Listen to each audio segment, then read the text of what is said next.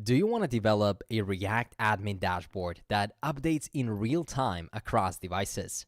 Hi there, and welcome to another project-based tutorial where you'll build an admin dashboard with full authentication, including forgotten password, a homepage showcasing charts, upcoming events, and latest activities, a comprehensive table for companies with full CRUD operations and search capabilities, a full CRUD Kanban board with multiple assignees and deadlines that shift automatically. And for everything mentioned so far, real-time synchronization for lightning-fast updates like in a real-world admin dashboard.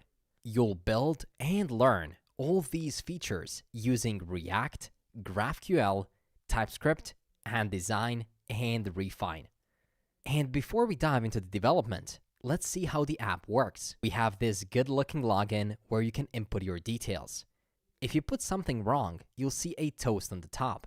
I will now use the right credentials, and there we go. We're in. Did you see that? That subtle, smooth chart animation? Let me refresh and show it to you again. How nice. We can also see deals lost and won in that month on that chart. On the left side, we also have upcoming events, and below that are latest activities, all coming from the backend. On the companies page, you'll see a list of all the companies we've closed deals with or that are currently in progress. If you need to find something specific, there's a handy pagination feature and a search option for the company title. Now, when it comes to managing these companies, the power is in your hands. You can view and edit their details, check out the associated leads, and even perform targeted searches within the leads section. And hey, if you're done with a company, you can easily delete it. Over here at the top, we can register a new company. Now check this out. I'll open the same site in two browsers, create a company in one, and bam, changes happen instantly in the other. No need to refresh. And it's not just about creating stuff.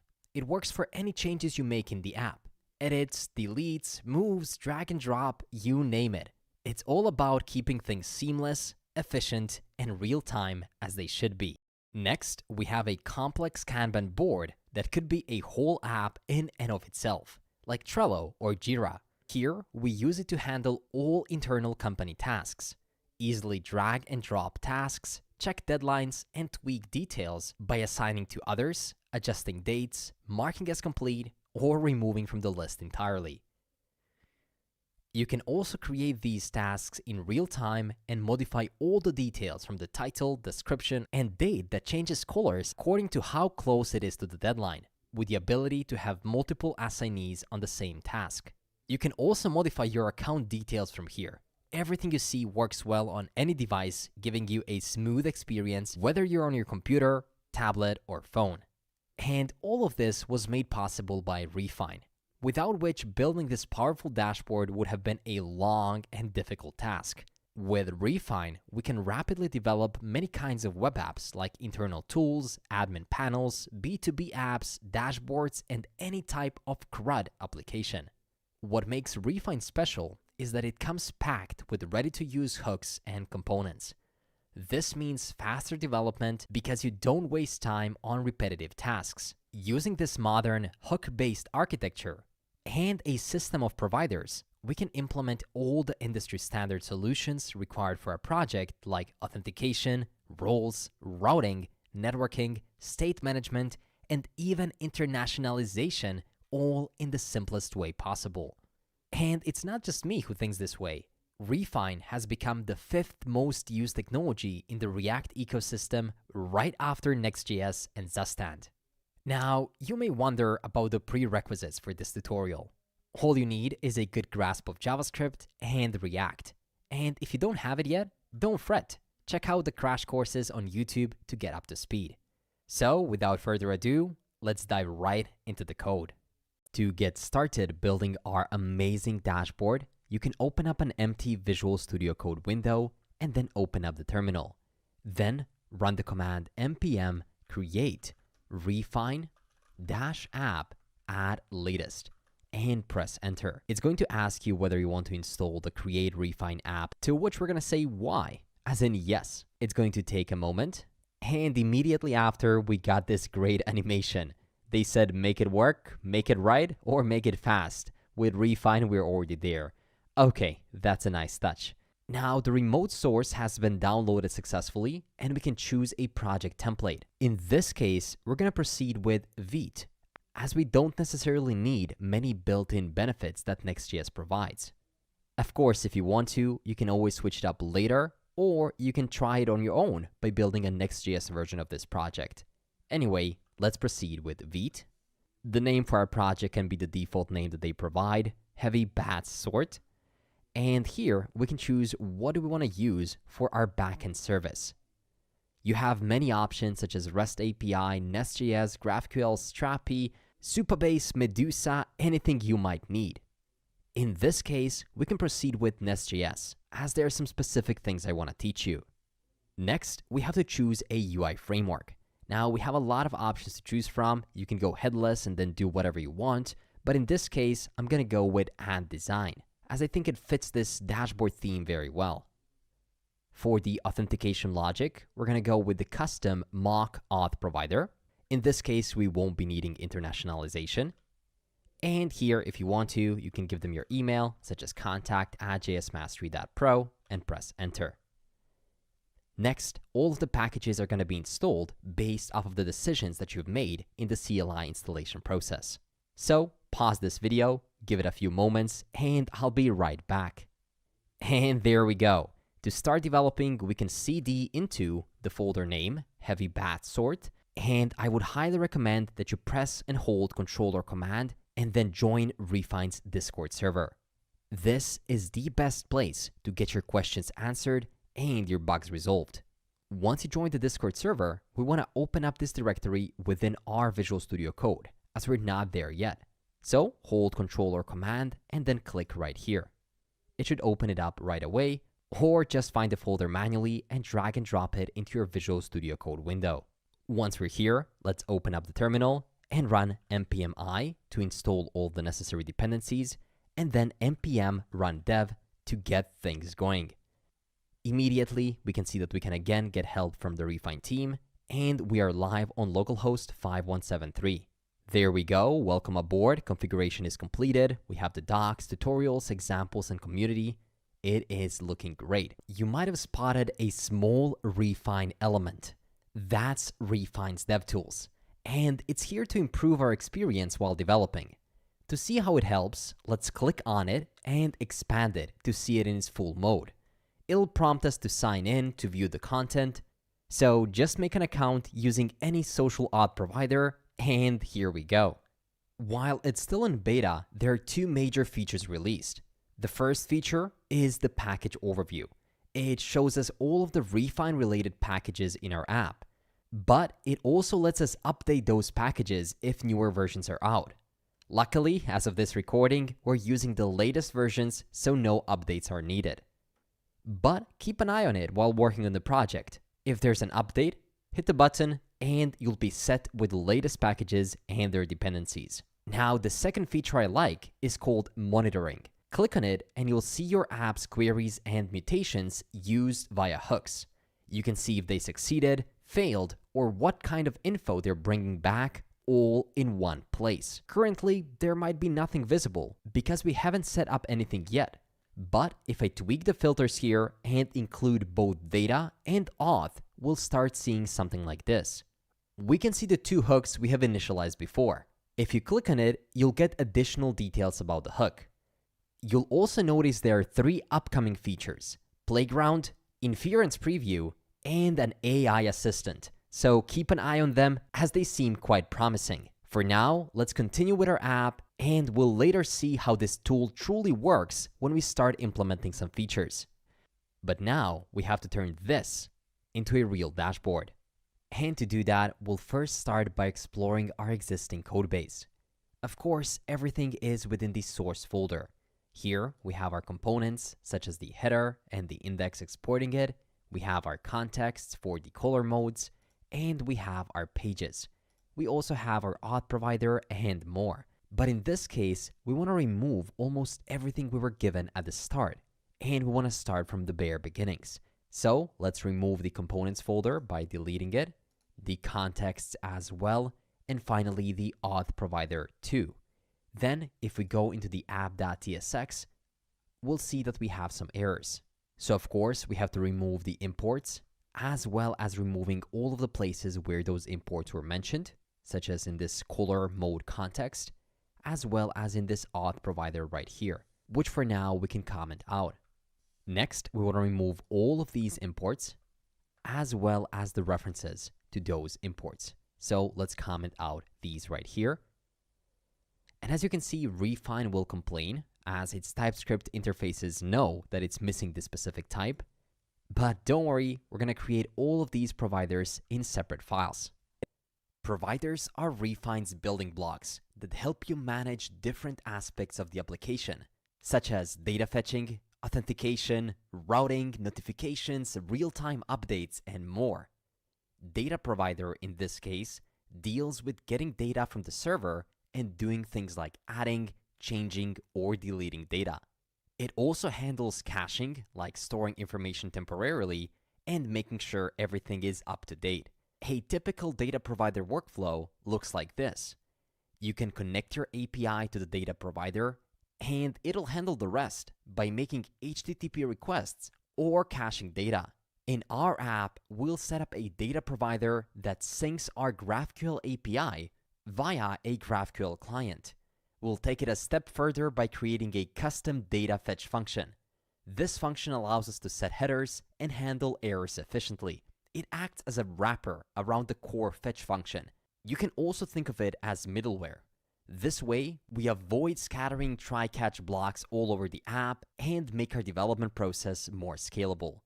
And once the provider is ready, we'll tell Refine that this is our data provider of choice.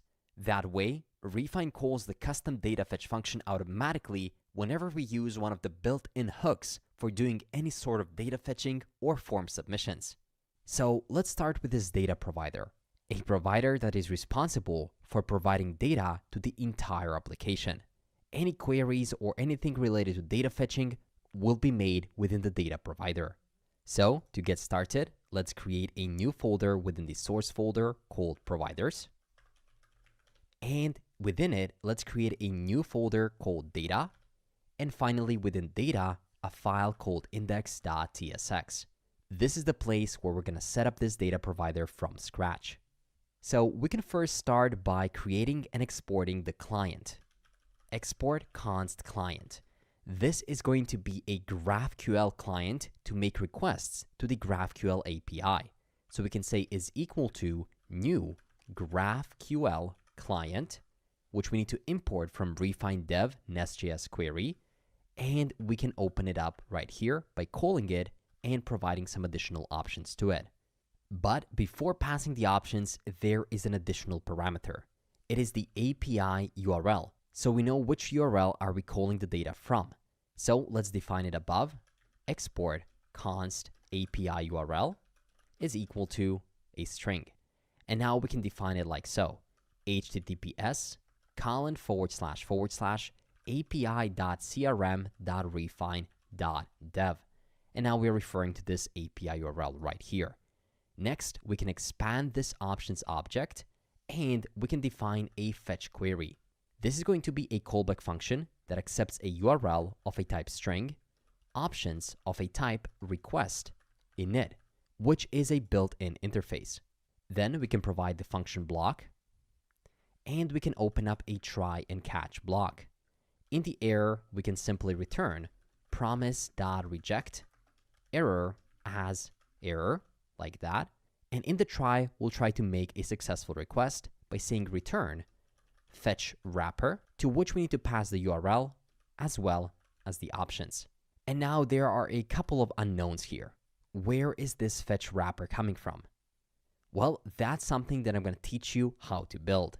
So going right here to providers, and still within the data, we want to create a new file called fetch-wrapper.ts.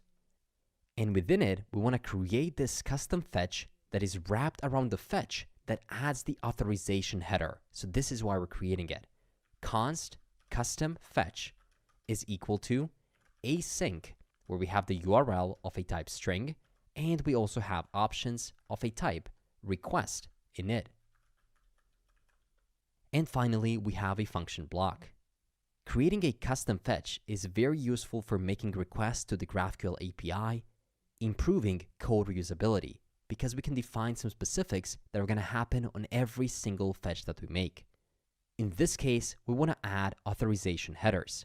So first, let's try to get the access token from the local storage by saying const access token is equal to local storage dot get item, and then we're going to try to get the access underscore token. Next, we want to get the headers from the options object by saying const headers is equal to options dot headers, and just so TypeScript doesn't complain, we can say as record that's going to have a string and then another string. So we're creating a type right here. Now that we have the headers and the access token, we can return the fetch request with the added authorization headers. Return await fetch, that fetches the original URL that we passed to this custom function, and then we pass additional options. We spread all the options we pass to any request, and then we also provide the headers, inside of which we first spread all of the headers that we pass, and then add this additional authorization header that's not going to be bearer token by default. It will be if we don't have anything else. But for now, what we can do here is get it straight from the headers by saying headers dot authorization, or we can do a bearer with the access token. And we can also set the content type right here. That's going to be content type of application JSON. Now, you know how often we experience those course issues, cross-origin request policy, something like that, right? Well, to immediately avoid those, we can use something known as Apollo. Apollo is a GraphQL client that we use in the front end to make requests to the GraphQL API. So right after the content type, we can say Apollo -require -preflight, and we're going to set it to a string of true. There we go. Next, we want to build a comprehensive error handling solution, since we'll be working with a lot of data and we want to know if we're getting the data back from our GraphQL queries. So we can say const get GraphQL errors, like so, which is going to be a function once again. This function is going to accept some params. The first param is going to be a body, which is of a type record, which we can expand with errors. And the second one is a GraphQL formatted error, which is going to look something like this. There we go. And we can get an array of those. Or we can simply say undefined right here. We can close it. And now that we have all the params we need, we can also define what the function will output. And that's going to be either an error or a null. And then we can start defining the function block. Within it, we can check if there is no body. In that case, we can return an object that has a message equal to unknown error. And we can also add a status code of something like internal _server_error. Now, I can notice we have some warnings right here. And I can notice that the GraphQL formatted error is not yet imported. So right at the top, we can say import, inside of curly braces, GraphQL formatted error coming from GraphQL. There we go. Now we want to do a second check. If the body has errors, so we can say if there is errors in body, in that case, we want to get the errors from the body by saying const errors is equal to body $.errors, and then we want to join the errors into a single string by saying const messages is equal to errors $.map, where we get a single error, and then we get its message by saying error $.message, and then we want to call the .join outside $.join right here like this. This is going to turn all the error messages into one. Then we want to get the error code by saying const code is equal to errors $.0 $.extensions $.code. And then we want to return an object that has the message equal to either the messages that we created or just the JSON.stringify of all the errors, like so, in case we cannot get the messages. And then we can also do a status code of either code or let's do a 500 if we don't know which code it is. Now, this error right here, although it is an interface, we don't really know what it contains. And it doesn't include undefined, it doesn't contain the message, status code. So let's create our own type of error right here at the top by saying type error is equal to an object where we have the message of string and we have a status code of string as well. And now it should complain a bit less, as you can see right here. The only thing I'm missing is the double straight line right here, and we are good. Finally, if we have the body or if we don't have any errors, we can simply return a null. There we go. Now our function is happy and we can use it and fuse it with the custom fetch. So right here below, we can create a fetch wrapper. Const fetch wrapper is equal to an async function that accepts the URL of a type string and the options of a type request init. Then we make the request using the custom fetch by saying const response is equal to await. We use the custom fetch function we have created, pass the URL and the options, and after we want to use a special function called response clone. Having a clone of the response is useful because once you've read the body of a response, for example by calling response JSON, you can't read it again because the response is consumed. So if you want to process the response in multiple ways, you need to clone the response first. Good to know, right? So we can do const response clone is equal to response.clone. There we go. And now we can do something with it. We can, for example, get the body by saying const body is equal to await response clone.json. And then we can get the errors by saying const error is equal to, we call our function get GraphQL errors and we pass in the body. And finally, if there is an error, we simply throw it, else we return the response. So what we have done now is we have spent all of this time creating something that will help us a lot in the long run. We have created our own custom fetch function. You can think of it as middleware because it's going to be happening on top or before every single fetch that we make. And we have also upgraded it with the custom error handling function, which now we have all in this nicely packaged fetch wrapper, which we can export from this function, close the file, and finally be back where we're calling it for the first time. So let's now import the fetch wrapper from the /fetch wrapper. And as you can see, we're calling this request and it's just so simple to call it. You pass the URL and the options, but the authorization is going to happen automatically and the error handling will also be done. Now, we also want to make something known as a WebSocket that's going to listen to subscriptions to this GraphQL API. So whenever the changes happen, we want to immediately listen to them. Now, before we implement this WebSocket, I want to tell you why we're doing this within the data provider. In Refine, similar to the concept of data provider, there is a built-in provider named Live Provider. It allows your app to update in real time. For example, when a user adds something, others can see it right away without refreshing the page. Similar to what we did in the data provider, we'll create a WebSocket GraphQL client using a library called GraphQL WS and provide the WebSocket URL it should listen to. All of this we can then pass to Refine and tell it to listen to changes in real time. One thing we can keep in mind, along with the configuration of the live provider, is to activate live features in Refine, which we can do by turning on the live mode. Now, let's get back to the code.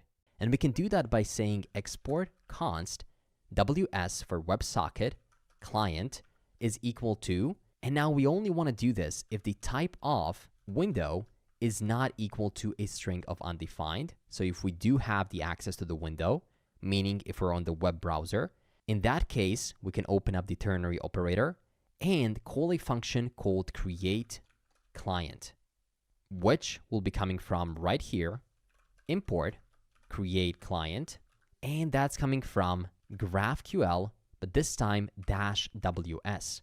for WebSocket. Now within our create client, we can pass an object of options where first we have to pass the URL, which is going to be another variable we can create. It's going to be called WSURL. So we can say export const WSURL is equal to WSS :/ api.crm.refine.dev/GraphQL. So the Refine team was kind enough to expose both the API URL and the WS URL for us so we can immediately use them. We'll also need something known as a base URL by saying export const API base URL is equal to, that's going to be https :/ api.crm.refine.dev. And now I believe we should have everything we need, so we can pass the URL of this WebSocket client right here as ws_URL.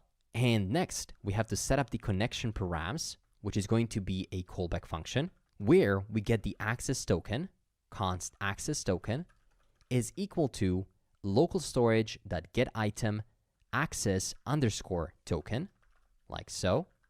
And now that we have the access token, we return it. We return an object where we have the headers, and within the headers, we have the authorization with a bearer access token. Or at the end, we can return undefined in case we're not within the browser. So now we got the authorization handled as well as error handling. So let me collapse this right here. Let me collapse the client as well. And the last thing we want to do is create a data provider to make requests to the GraphQL API.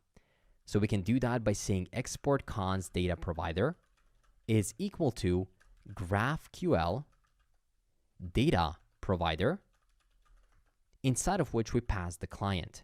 And this GraphQL data provider is coming directly from Refine. So let's import it right here at the top before the named imports. So right here, GraphQL data provider. It's a default export, so we need to import it like this. This is a function that takes a GraphQL client and returns a data provider for Refine to use. And then we need to create a live provider to make subscriptions to the GraphQL API. And similarly, to create a live provider, we need to create a variable and then call the GraphQL live provider, inside of which we pass the WS client, which is our WebSocket client. And of course, we can import this right here from the Nest.js query. We can put it in a new line, and we can say live provider as GraphQL live provider, like so. There we go. And of course, we can only call this if the WS client actually exists. If it's undefined, we cannot call it. So we need to add a ternary right here and say if WS client, then call it, else return undefined. There we go. So now we have both of these data providers, which if you remember correctly, we completely deleted before. And now we're ready to come back and add them within the Refine component, which is the entry point of our Refine application. As you can see, only a data provider is required to bootstrap the app, and that's exactly what we have done right now. So let's get to our data provider by first exporting it from the providers. We can do that by creating a new file within the providers called index.ts, and within it, we can say export everything from /data. And now we can import it right here at the top by deleting these previous imports and saying import data provider as well as live provider coming from providers data. Or we don't even have to say data because we exported it from there. And now we can use it right here. That's going to be data and live provider. We can delete both of these and then say data provider for the data provider. And then here for the second one, we can use the live provider. Great. Now save the file and go to localhost 5173. Our app is working again after all this work, but now at least fetching the data will be much easier since we have complete error handling.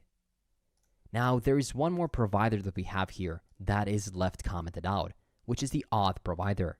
As the name suggests, auth provider takes care of letting users log in and control what they can do based on their permissions. It manages things like redirecting users and handling errors. We have the flexibility to integrate with any kind of third-party authentication, such as Auth0, Okta, and others, or implement your own custom auth methods.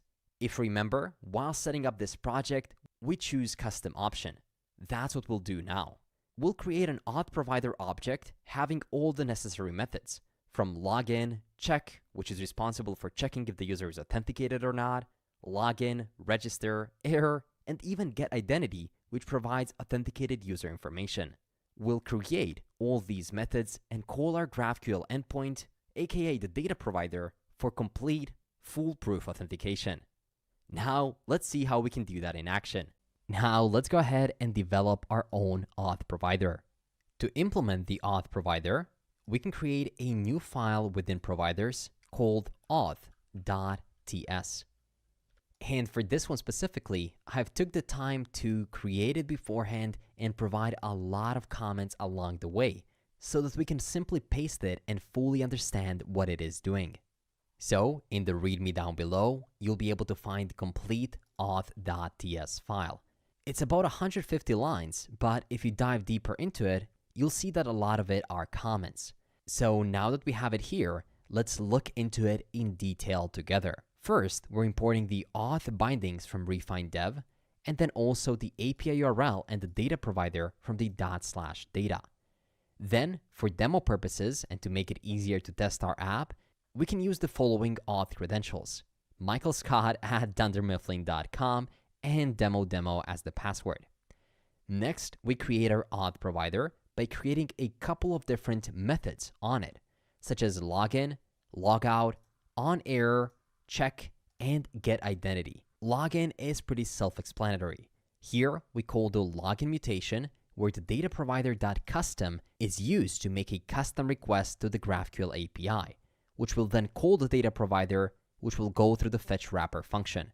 I know a lot of providers and wrappers already, but we have to do this at the start, because as the refine component says, only a data provider is required to bootstrap the app. Once we have that, you'll see how easy it is to continue. So we're setting the auth by calling the data provider.custom, getting the data, and doing a post request with the variables of email, and doing a raw mutation to return the access token of that user. Then we set the access token to the local storage, set the success flag to true, and redirect to the homepage. That is it for the login. Logout is also pretty self-explanatory. Its goal is to remove the access token from local storage. Next, we have the on error, which is additional error handling. And finally, we have the check, which is used to get the identity of the user to know whether we're currently authenticated or not. If we are, we redirect to home, else we redirect to login. And finally, we have the get identity, which is used to get all of the information for that specific user. Here, we return the information such as name, email, job title, phone, avatar URL, and everything else we might need about the currently authenticated user. And that's it. That's the entire auth provider. Now we can go right here to the index.ts of the providers, and we can also export everything from ./auth. We can go back to our app.tsx, and under auth providers, we can add our auth provider coming from ./providers. And now our refine component is happy because it has everything it needs. Now, the last thing we'll have to do before we start creating our routes is set up a workflow for TypeScript so that we don't have to write types on our own. For that, we'll use GraphQL's CodeGen, allowing us to automatically generate types for everything in just a single command. It's this one, npm-i-d for development, and then we add the GraphQL CodeGen CLI. So let's copy it, open up the terminal. Let's open up a new split window, make sure that we're in there, and then paste it. It also requires additional imports. Now that that is installed, we'll also need some additional imports. Down in the description or in the README down below, you'll be able to find a command that's going to allow us to install a couple more dev-related packages. These packages include CodeGen TypeScript, which allows us to generate base TypeScript operations, which is also a plugin for GraphQL code generator used to generate typings for operations such as queries, mutations, and subscriptions, as well as GraphQL CodeGen import types preset. This one is used to optimize the way that types are imported in generated files.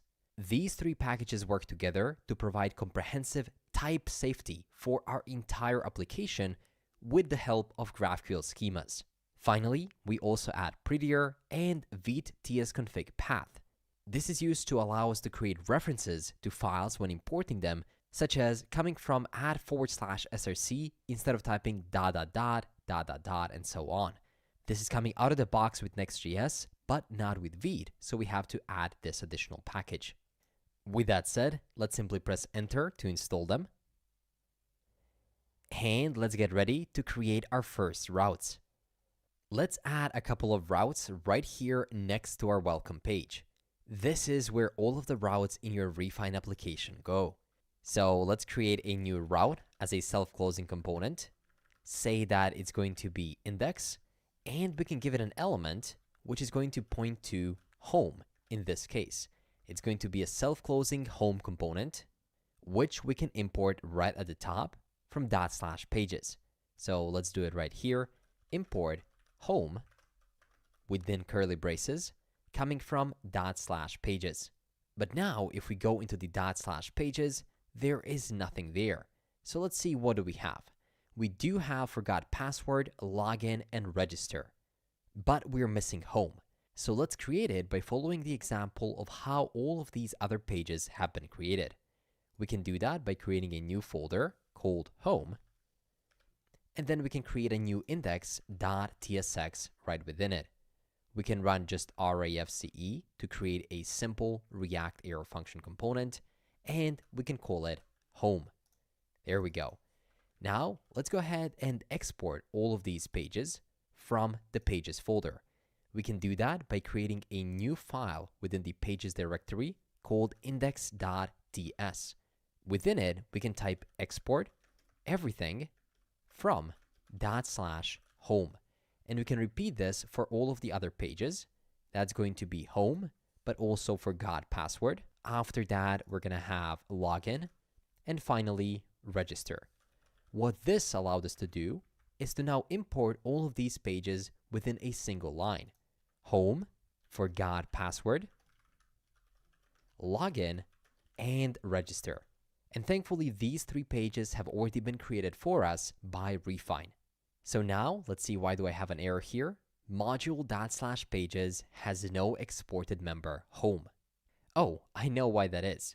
The way we're exporting pages in Refine, if you check out, for example, forgot password, you can see that it is export const something instead of export default, which means that our page right here, our home, also has to be export const right here, not necessarily export default, which allows us to have multiple exports from a single file.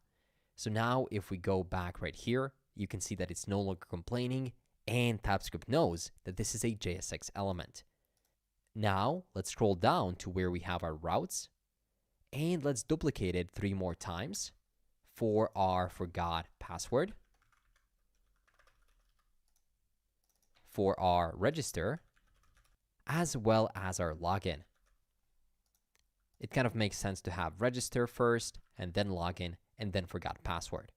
Index here simply means that we're showing it on the index page, but these other ones will be showing on some other pages, so we need to add a path to that specific route, which in this case will be /register, then /login, and finally /forgot-password. If you want to, we can explore these 3 pages, and you can see they're simple pages that build on top of the Refine dev and design. So we have our auth page with the type login, where we pass some additional props. And you can also go through it if you really want to see what this auth page is made of. It can be a forgot, update, login, and so on.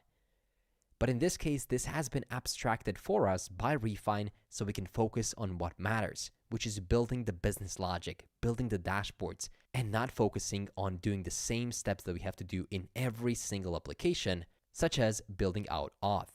So now that we finally have a couple of routes, let's try to see how this looks like in the browser. On our localhost 5173, we have the welcome page that we've had before, but now we should also have /login. And there we go, we have a beautiful login page built for us right out of the box. We can also immediately navigate to sign up, which points to /register, as well as going back to sign in, and then even forgot password too. Now, if we go to sign in, we can see that some demo props have been passed in, and we can try to sign in. Right now, we have a 404, but don't worry, we can start focusing on that right away. I've put my browser side by side by our code editor so we can immediately see all of the changes that we make. I'm gonna zoom it out just a bit so we can see everything clearly, and I hope the text is still visible. If you want me to bump it up in the next video, just let me know. So now, let's go into login, since that's what we want to fix. Instead of passing the demo initial values, we can take the ones coming from our providers, such as auth credentials.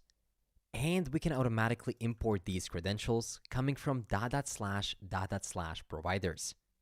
We have created these before, remember? If we go to auth, you'll be able to see that here, for demo purposes, we're exporting these auth credentials, Michael Scott, and demo. So now if we go back, you can notice that we're using these. Now, since the login is connected to our auth credentials, and our auth credentials to our own auth provider, we are almost ready to start signing in. But before that, let's quickly visit our data provider, which is defined right here under data provider. Command click it or control click it, and let's make just one small change. I noticed that both my API base URL and the API URL are exactly the same, but the API URL should be the GraphQL endpoint of this base URL. So we can instead write it like this. We can make it a template string, then use the variable of API base URL, and then append the /GraphQL to it. So now this is going to be our real GraphQL API endpoint. Now, if we have done it, we can close all of the existing files and just keep our app.tsx opened. Or rather, we are right now on login. So let's see what happens if we try to log in with our existing auth credentials. I'm going to click sign in and welcome aboard. This means that we have been successfully redirected to our welcome page, which means that the auth is now fully functional. Not only that, we are ready to get started with developing our homepage. And by homepage, I actually mean our whole app layout and the setup of authenticated and not authenticated routes. If you think about it, here we only have home as well as all of the auth routes, but there are so many routes that our final application will have. So let's go ahead and add them right away. First, we can start with the header component as it will be visible on all of the other pages. So this is the first time that we're diving into the components folder, which we first have to create. So you can right-click the source folder, create a new folder called components. And within the components folder, we can have another folder called layout. Here, we're going to keep all of the layout components, such as the headers, sidebars, and more. Then create a new header.tsx file within it and run rafce. If this didn't work for you, it must mean that you don't have the ES7 Plus React Redux React Native Snippets extension installed. So install it, reload, and then you'll be able to quickly create React components. With that said, rename it to uppercase header as it is a component after all. And then let's get started with creating it. Now, this header, why do we need it? Well, first, we need to verify whether we have successfully signed our user in. So we can do that by creating a new component within the header called current user. So let's do that right away. We're going to create a new special component within the layout folder called current-user.tsx. This is also going to be a React arrow function component, but of course, it's not going to be named current dash user, it's just current user. Now, this component, when clicked, will return something known as a popover. So let's first wrap everything in an empty React fragment, and then let's return a popover component right within it. This popover is coming directly from add_d, short for add design. Also from add design, we can also get a button. We're just getting used to using add design.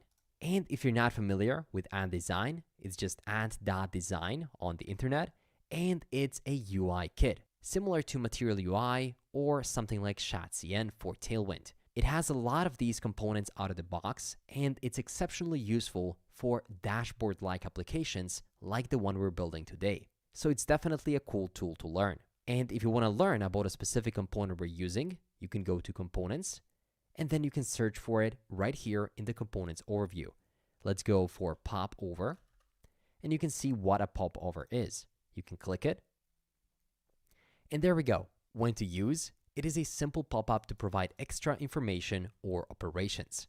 For example, if you hover over this button, you'll be able to see a popover. That is basically it. The reason why I'm going over this with you is because I don't want to teach you just how to develop this specific application. I want to teach you how to think for yourself. And reading the documentation is one of the most important parts of being a developer. So now we're using this popover, and you can even go a step further and expand the code and see how to use it. That's exactly what we're going to do together right now. You don't have to read it from here as I'm going to teach you, but in case you want to do that, you can. So now let's figure out how to create this popover. Popover has a couple of props, things like placement, the title, the content, and more. So let's start with the placement. We can do that by defining a simple placement prop on it, which is going to be equal to bottom right in our case.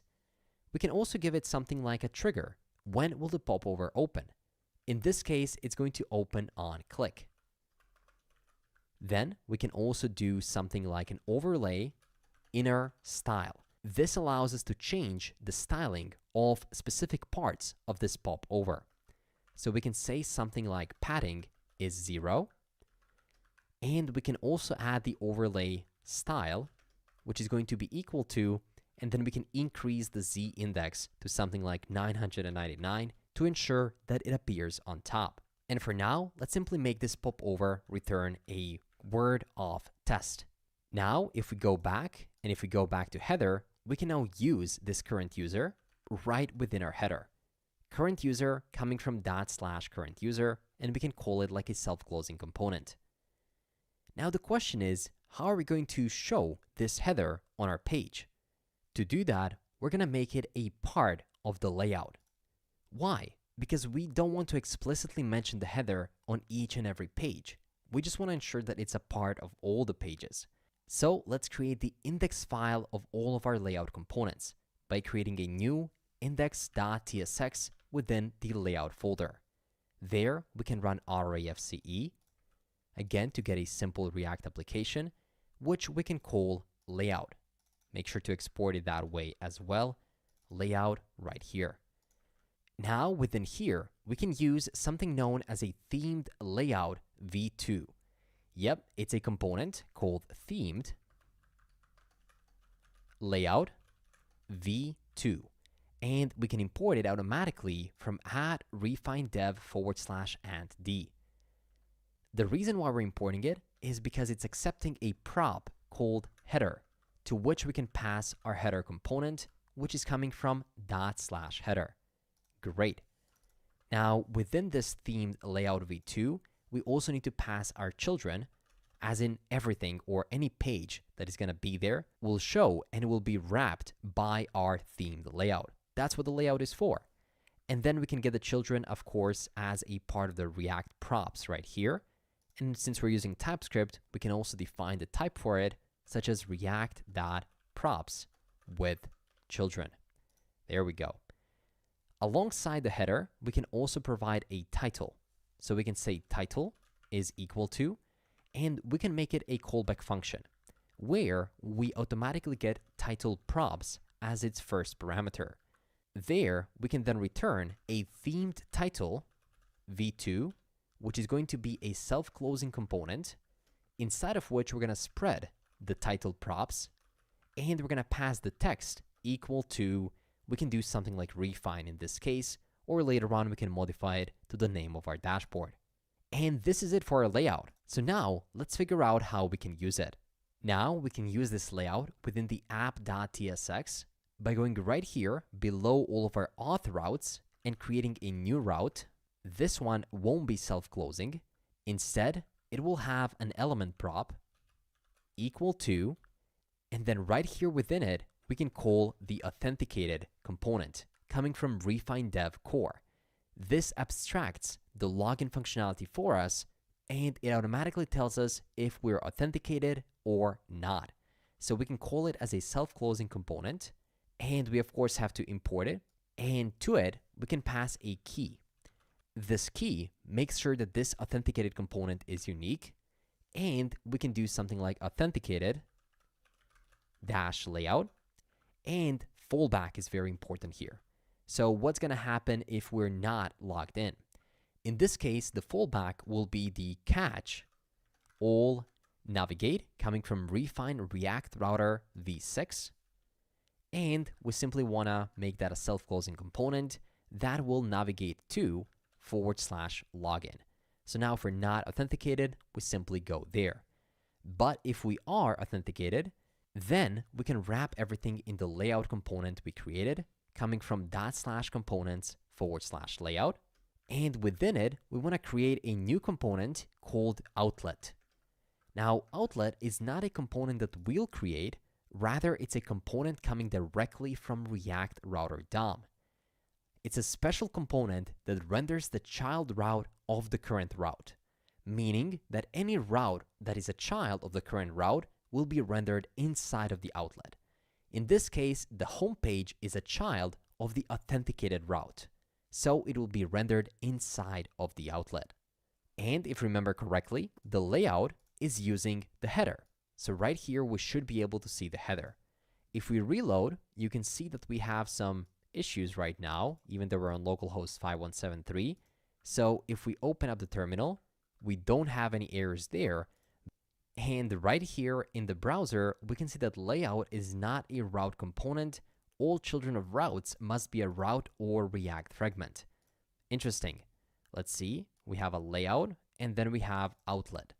And outlet has been imported from React Router DOM, and layout is coming from components layout. Why could that be? Well, if I go here, I can notice that we should have wrapped all of these components within the authenticated element.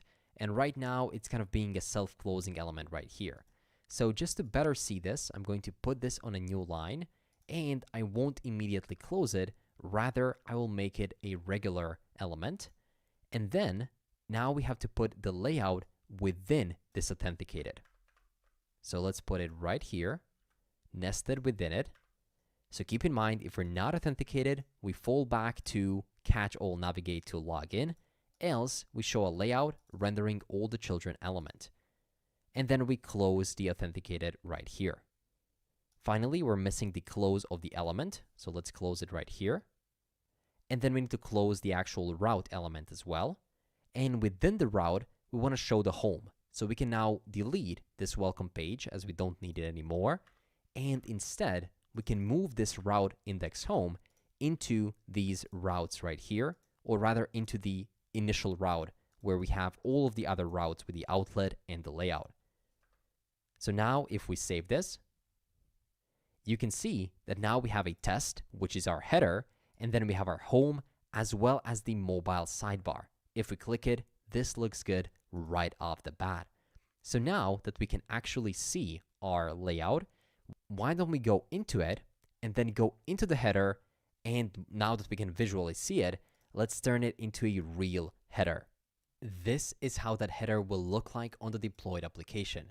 It's just a circular avatar photo, and then once you click on it, you can see a popover or a pop-up that we have been talking about, with your full name and a link pointing to account settings. So let's create it, and then automatically, since we're using it in the layout, it will be reused across all of these other pages.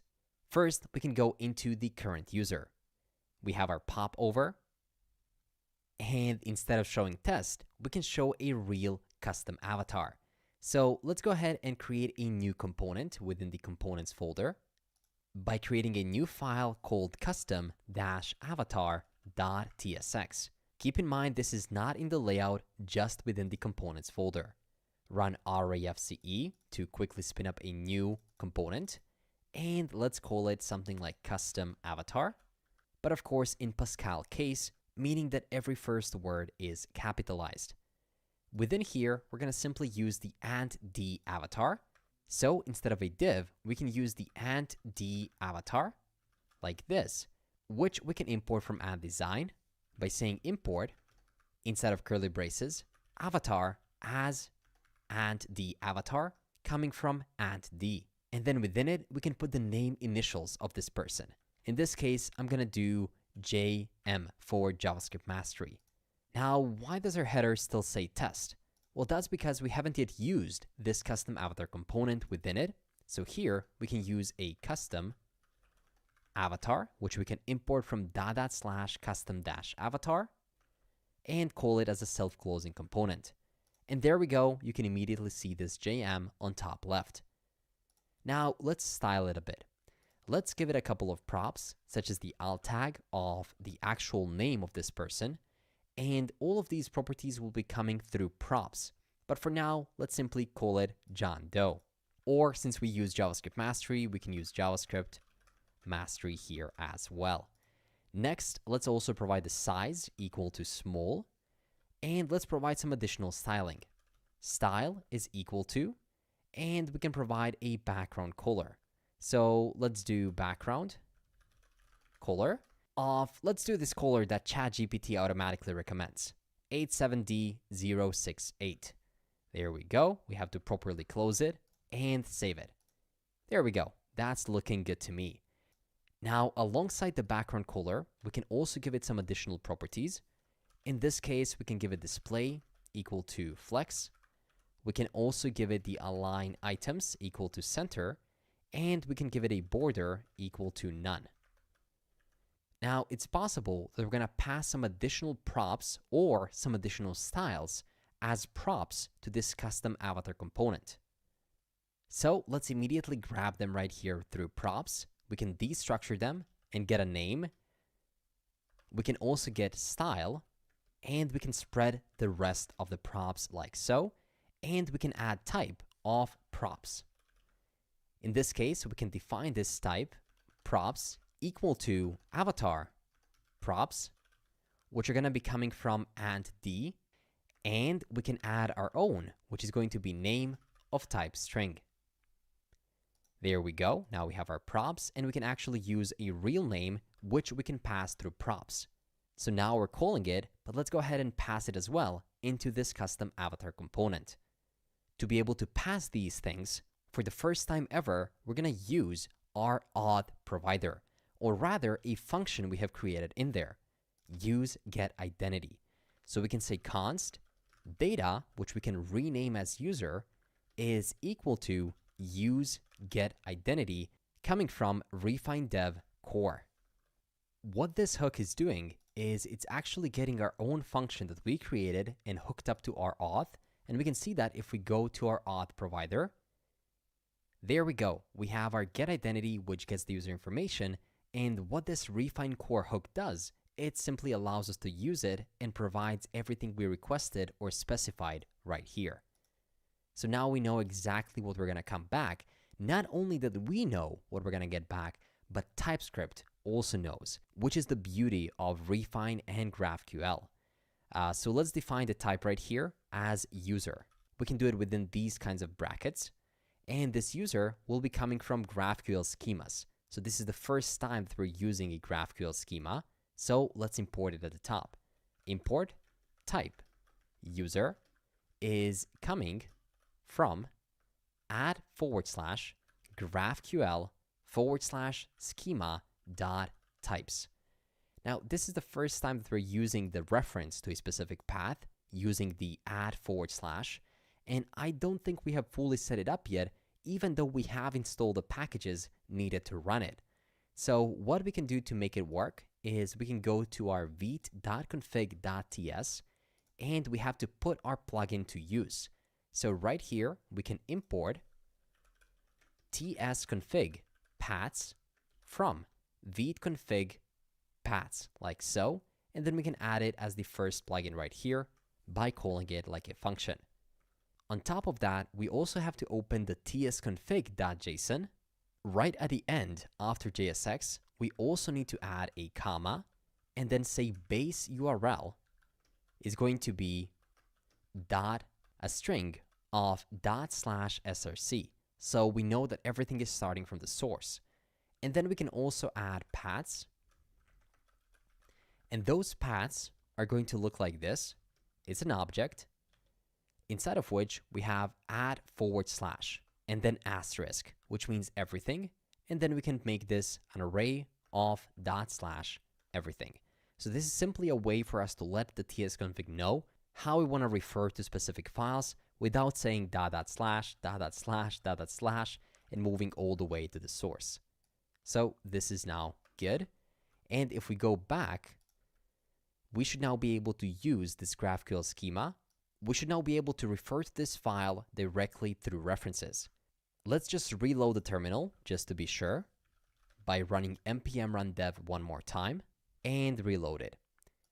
And it does seem like our page is active right here. We don't have any errors, but we do have one error. If we hover over the GraphQL schema types, it says that it cannot find that module. That's because if you try to control or command click this file, you'll notice that it doesn't actually exist.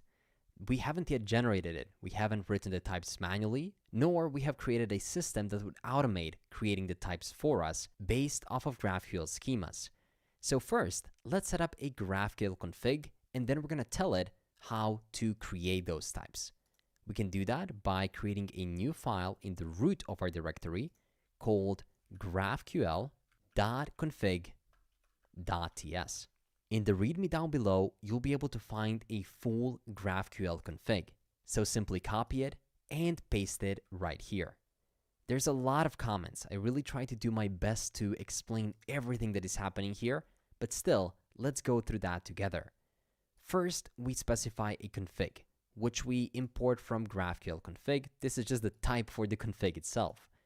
We have to define the GraphQL schema provided by Refine, and then we add a couple of extensions. And then the most important one here is CodeGen, which is a plugin that generates TypeScript types from GraphQL schemas for us automatically. We can also add a couple of hooks, which are being executed after a specific action. And then we want to say, what do we generate? And here you can see the reference of the file we were trying to use within our current user, the GraphQL schema types, which are going to be generated really soon. And then we add the preset, the documents. This is mostly template that we're following with every single GraphQL config. Now that we have this, we also have to modify our package.json file by adding an additional script. So let's navigate over to package.json. And by the way, to open this little window, which is very useful, you just press Ctrl or Command P, and then you're able to start typing the name of the file you want to go to and simply press Enter. And it's much quicker than opening up the Explorer. Once you're here, we can go to the scripts part of our package.json. There, we can add a new script called CodeGen, like this. And it's going to call a command GraphQL-CodeGen. There we go. So, believe it or not, CodeGen will automatically generate all of the types for us.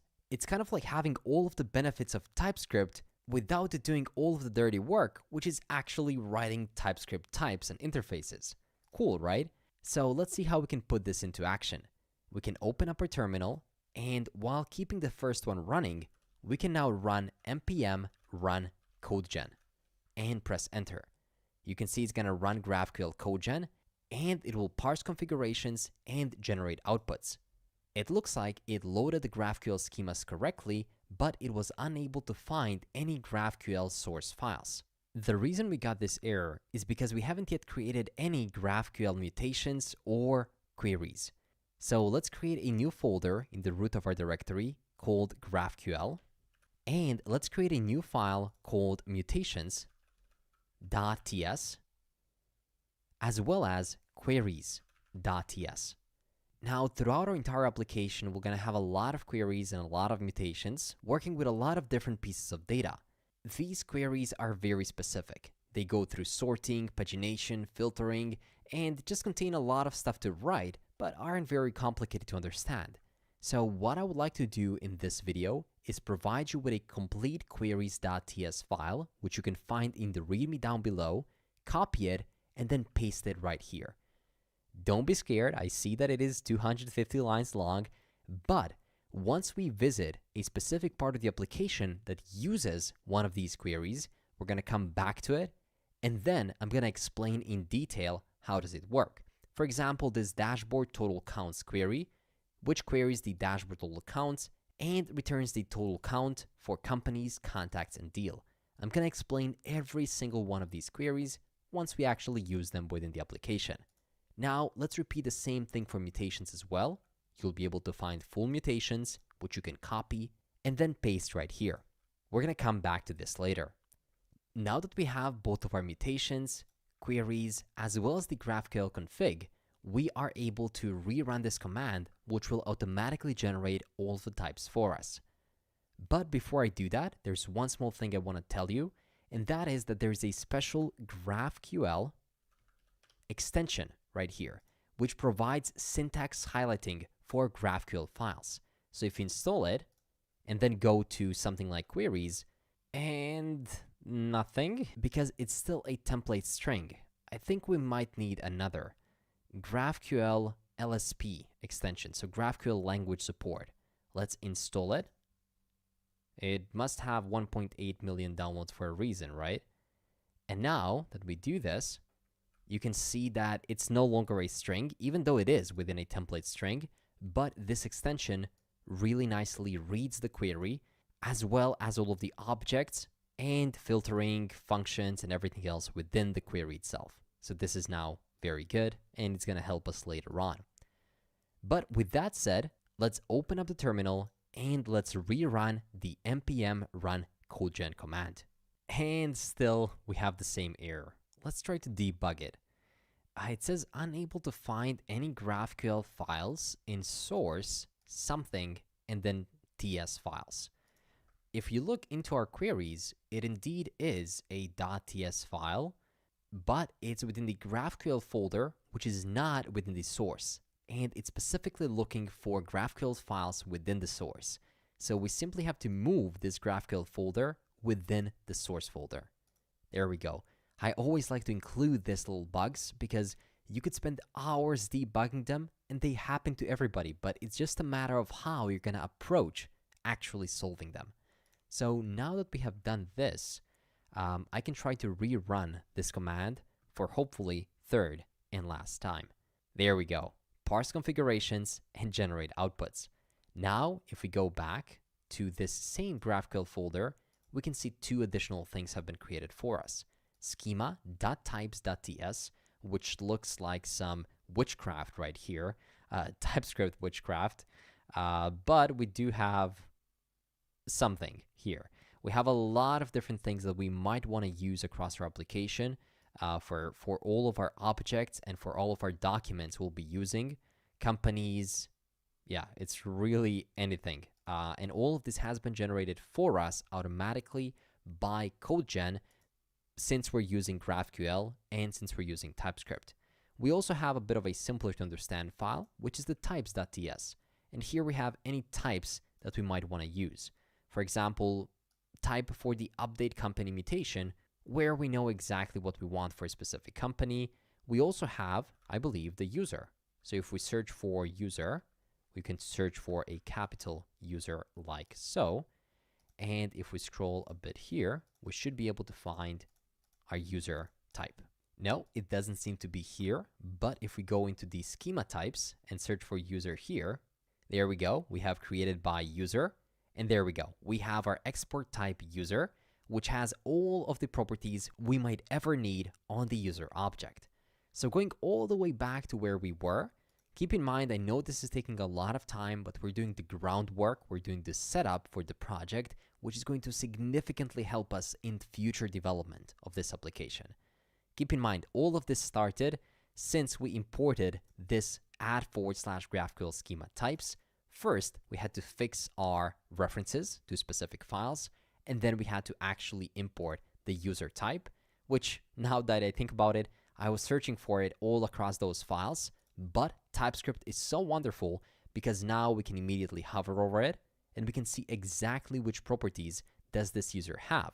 Not even that, we can try using this user by saying user.name, and it automatically knows what this user property has. We can also search for something like, there we go. Take a look at this. This reminds me of my university days in computer science when I was using Java. Java had such a wonderful IntelliSense system, and it lets you know everything, all the methods, all the properties that a specific object has. And this is exactly how it feels like. I can literally see what my user object has. And heck, it even adds a question mark for me because it knows that the ID could potentially be undefined. And if I type something like something right here, it's going to let me know, no, something definitely doesn't exist on the type user.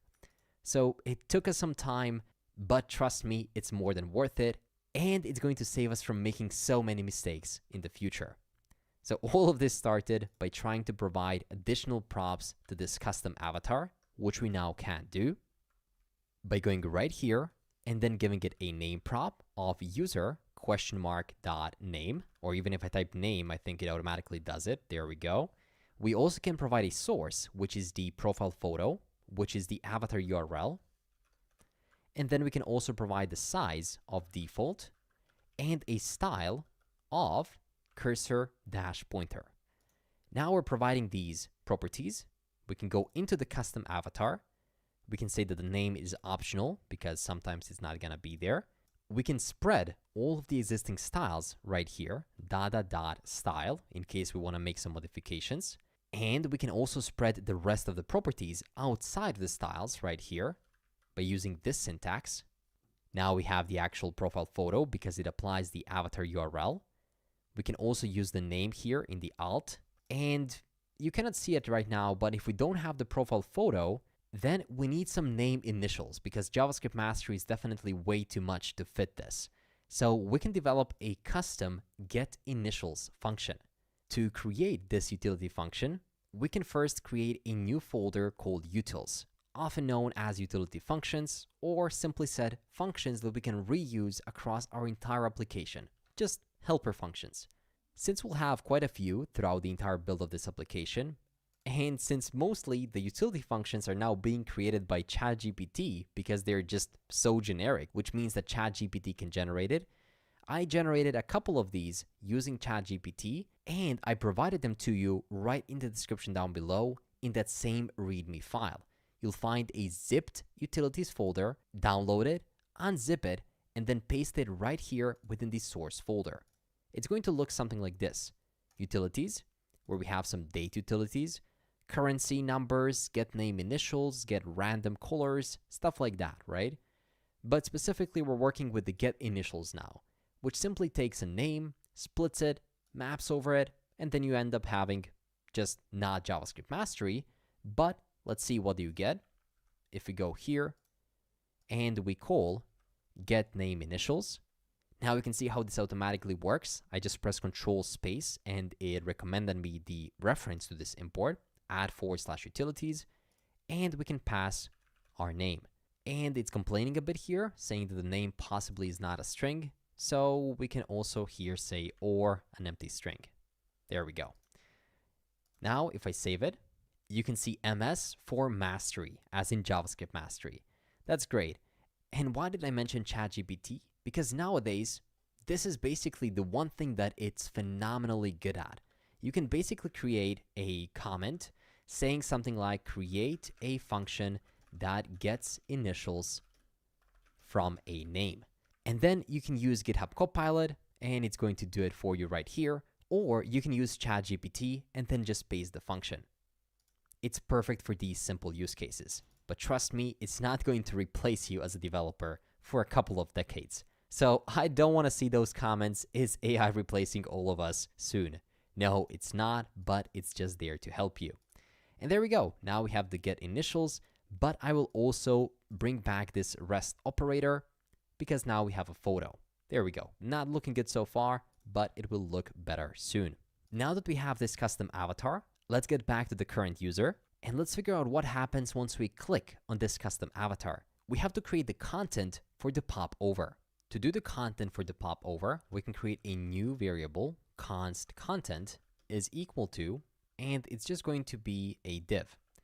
Yes, you can define elements like this and then use them within your JSX later on. And we can give this div a style property of display is equal to flex, as well as flex direction is equal to column. We're using CSS and JS right here. Within this div, we're going to use a text component. So let's first create it. We can create it within the components folder. It's going to be called text.tsx. And this text is exactly what it says to be, text. So in the README down below, you can find the text.tsx component, copy it, and then paste it right here. You can see that it seems like it has a lot of lines, but basically we're defining different sizes right here. So we're making our app extensible for future use. Whenever you want to have small or extra large text, this automatically applies different font sizes and line heights to it. So it's just so much easier to use.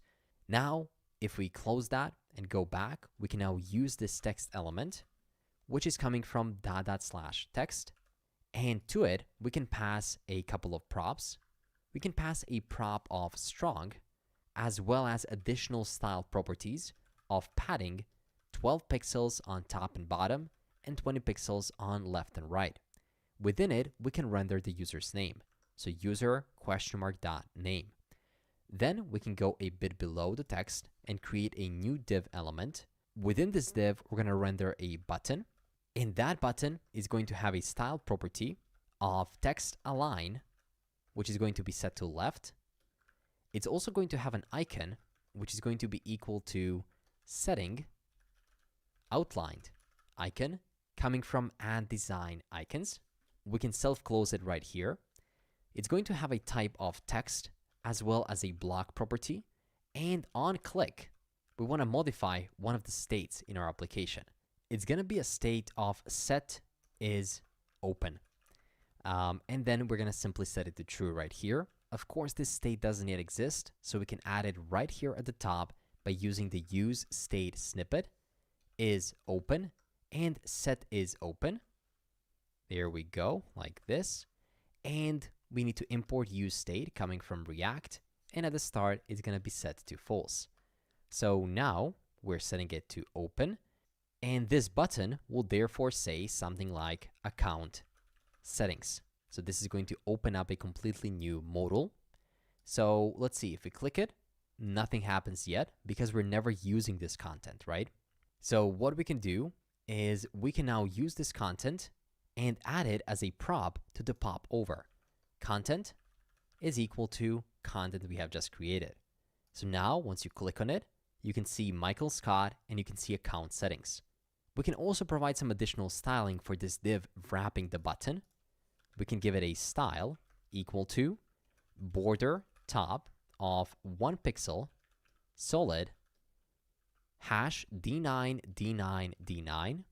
We can also give it some padding of 4 pixels.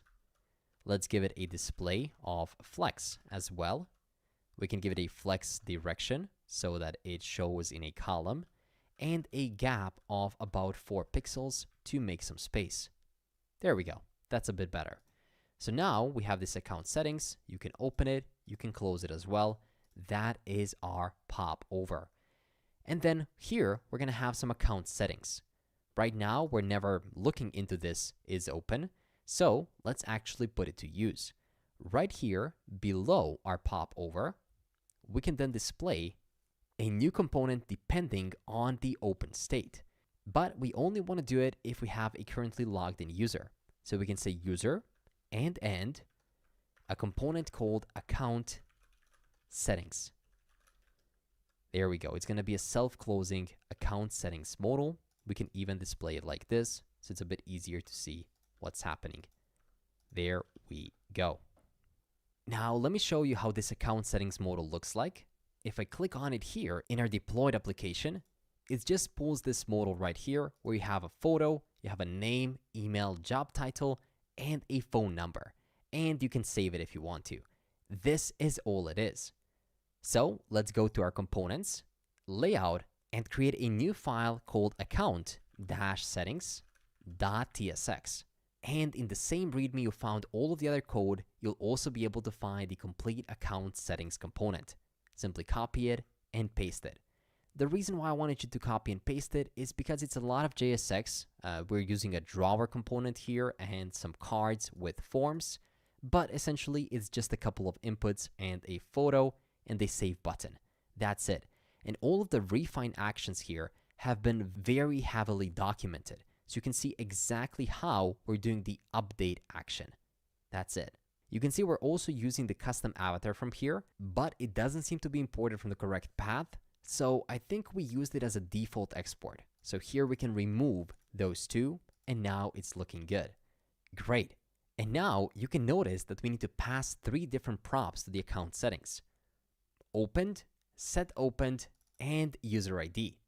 So let's do that. Opened is going to be equal to our is open. Set opened is going to be equal to our set is open. And then finally, we pass the user right here. And then we import account settings from /account settings. You can press Control space to automatically get this import. It's complaining a bit about the user, saying that it's not assignable right here. And that's because we don't need to pass the entire user, just the user ID. So if I say user ID is equal to user.id, we should be good. Once again, TypeScript saved us right here. So now if I click on the account avatar and then account settings, we have this nice looking drawer that comes from the right side of the screen. On desktop devices, it's going to look something like this. Looks great as well. Now let's finalize our header because this is not looking good. It's just stuck in the top left corner of the screen. This is how it should look like. So let's close our current user. And finally, now that our current user is completely done, we can focus on finalizing the header component. The header is going to use a couple of components from add_design. We're going to wrap everything with a layout.header component. And this layout is coming from add_d, so we can automatically import it. Then we wrap the current user, but we also want to provide it some space. So we can use a space component also coming from add_d, and then put the current user right within it. This space can have a property of align is equal to center and size is equal to middle. And to the header, we need to provide some custom styling. So let's say style is equal to header styles, and then we can define them right here. Const header styles is equal to, and we can define a background color to start with, such as FFF, and that's good. There we go. It's actually white now.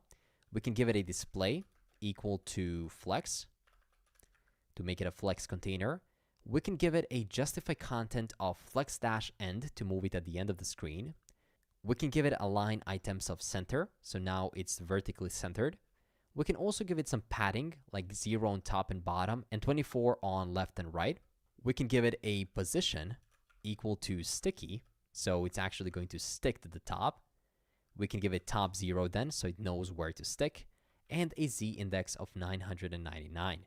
Now, this style is going to complain that it's not really a style, so we have to let it know that this object indeed does contain the styles.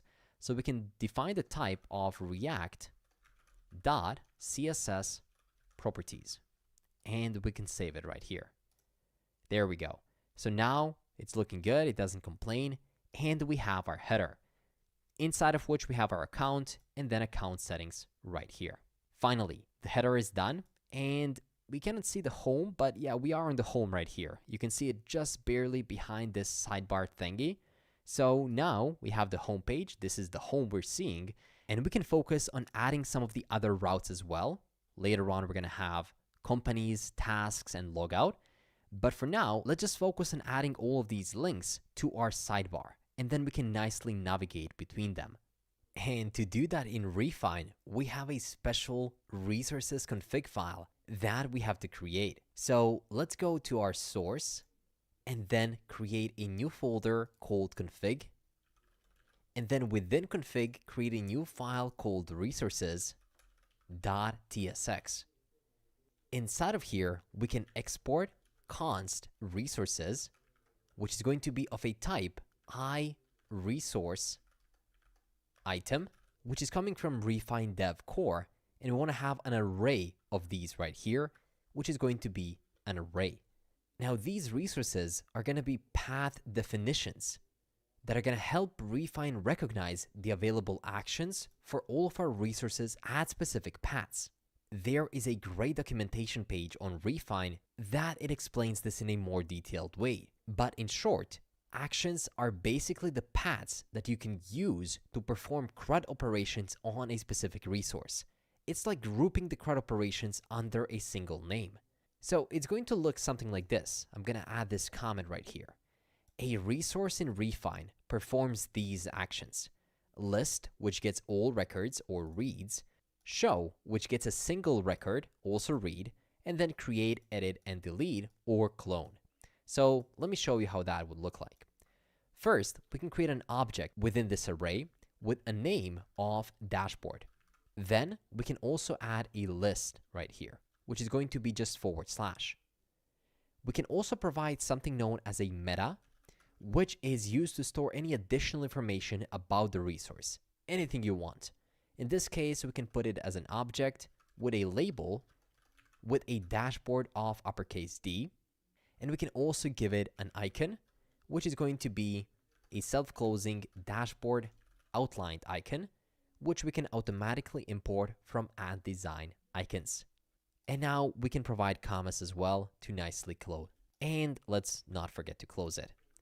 There we go. So this is our first resource. So now the question is, where are we going to make use of these resources? Let's go to app.tsx, as that is where our primary Refine wrapper is. Right below the auth provider, we can provide resources is equal to, and then we pass the same resources which we import from config resources. In the context of CRUD applications, a resource typically refers to a data entity that can be created, read, updated, or deleted. And in this case, dashboard is one of these, and it automatically shows it. The dashboard in this case is our home. But now, if we go further into resources, it's going to start making more sense, because the second resource is going to be companies. So let's go right here, create a new object with a name of companies, with a list of / companies as well, show, and here you can provide the route to show. And do you know what a show is? Show is to show a specific company, just a single document. So that's company's ID. We can also create, so the route for create, which is companies. Let's do new in this case. And we can also do edit, which is going to be company's ID or edit, or in this case, I think it's better to do edit and then / the ID, which we want to edit. We can also provide the additional meta information, such as the label of capitalized companies, and then we can do something like shop outlined. And we can import this icon from Add Design Icons. And we can duplicate this object one more time below, and we can do everything the same, but this time for the tasks. So we can say tasks / tasks, show task ID.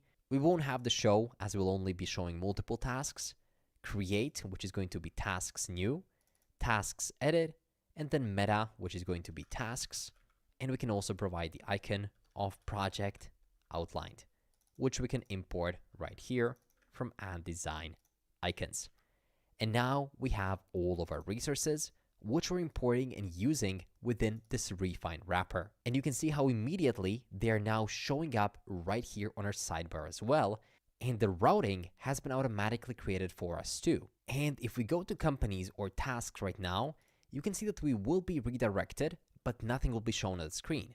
That's because we, of course, haven't yet created the route for that specific path or created a page that will be shown on there for that matter. So we'll do that soon. But the routing works. And soon enough, all of our pages are going to look like this. We're going to have companies, which is going to be a complete dashboard of all of the companies. Of course, it looks much better on larger devices where we have a completely responsive dashboard design where you can search by specific company titles. We also have the actions such as edit that opens up this complete form. And then you can also see the contacts belonging to that specific company.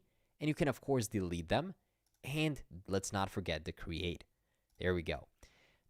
Then there's also the tasks, which is a complete Kanban board, which we're going to also develop from scratch, where you can add new cards.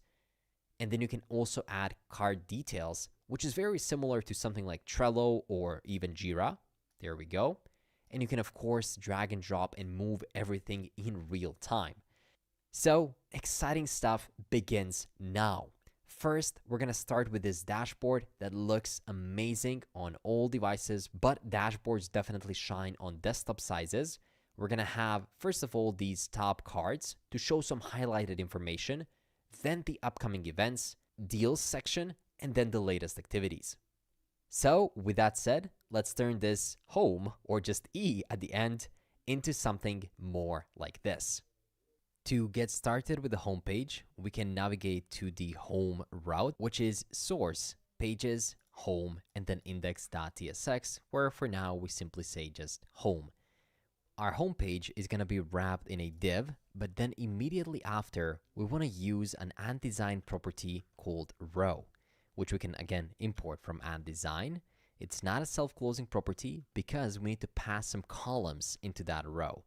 So let's provide our first call, which is also coming from @design, so you can automatically import it. And inside of there, we can show our first component, which is going to be our calendar, upcoming events. There we go. So now we can see it here. And then below this column, we're going to show another one. But before we duplicate it, let's provide a couple of props to it first, such as on extra small devices, it's going to take 24 spaces. On small, it's also going to take 24. On extra large, it's going to take 8. And we can also give it a style of height is 460 pixels. In this case, this is just the total number of rows. And what this 24 means is just a total number of columns per row. So here it's going to take the full screen. Here it's going to take about 1/3 of the screen. Great. Now we can duplicate this column entirely. And the second one is going to render the dashboard deals chart. So these are two different components which we're going to create soon. And this one is also going to have all of the same properties. Now let's also provide some of the props to this row, such as a gutter property of an array of 32 and 32. This is going to provide some spacing, as well as a style equal to margin top of 32 pixels. So now we pushed it a bit, and we can see how these rows or columns are working. On mobile, they're showing one after another. And then if I expand it a bit, you can see then they start showing one next to another. So this functions well. And now we can actually implement these two components. So let's go to components. We can create a new folder within it called home, because we're going to put specifically the components for the home page right here.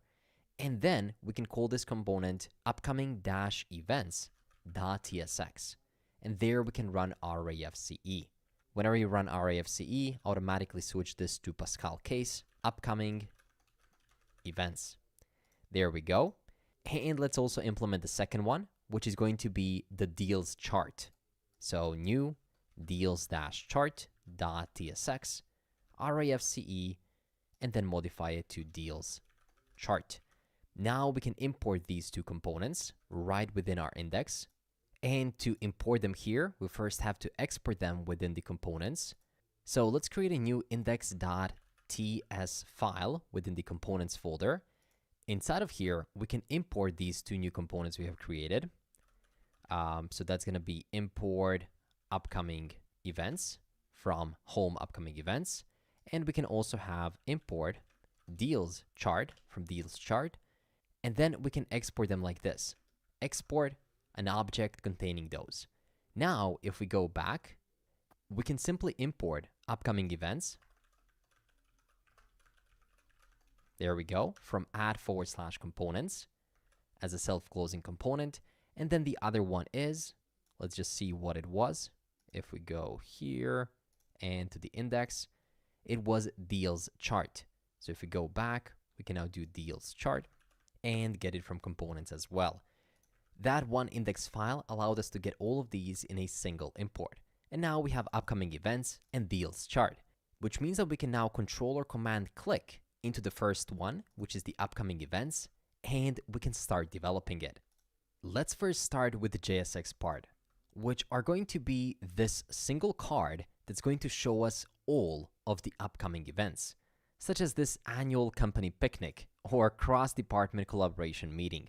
I'm sure Michael Scott has quite a few of those. So let's start implementing it.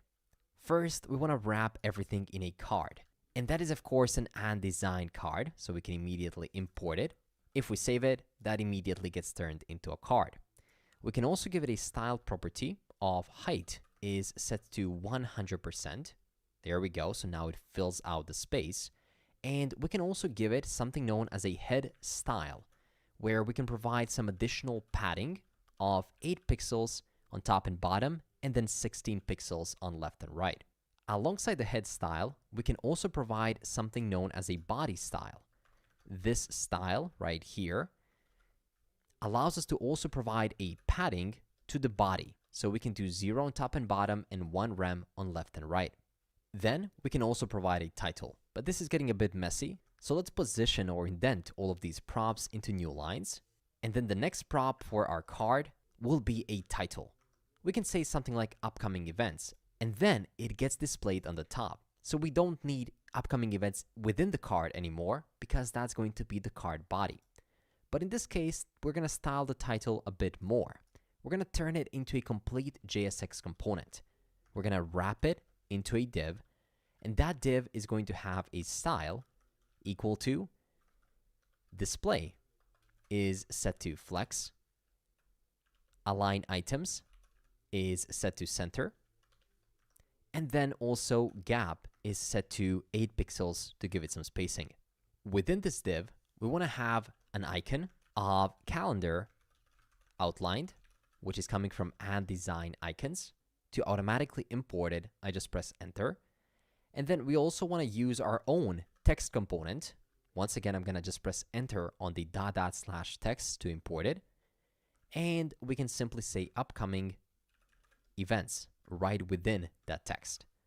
Of course, we can also give it some props, such as size is equal to SM for small, and style, give it a margin left of 0.7 rem.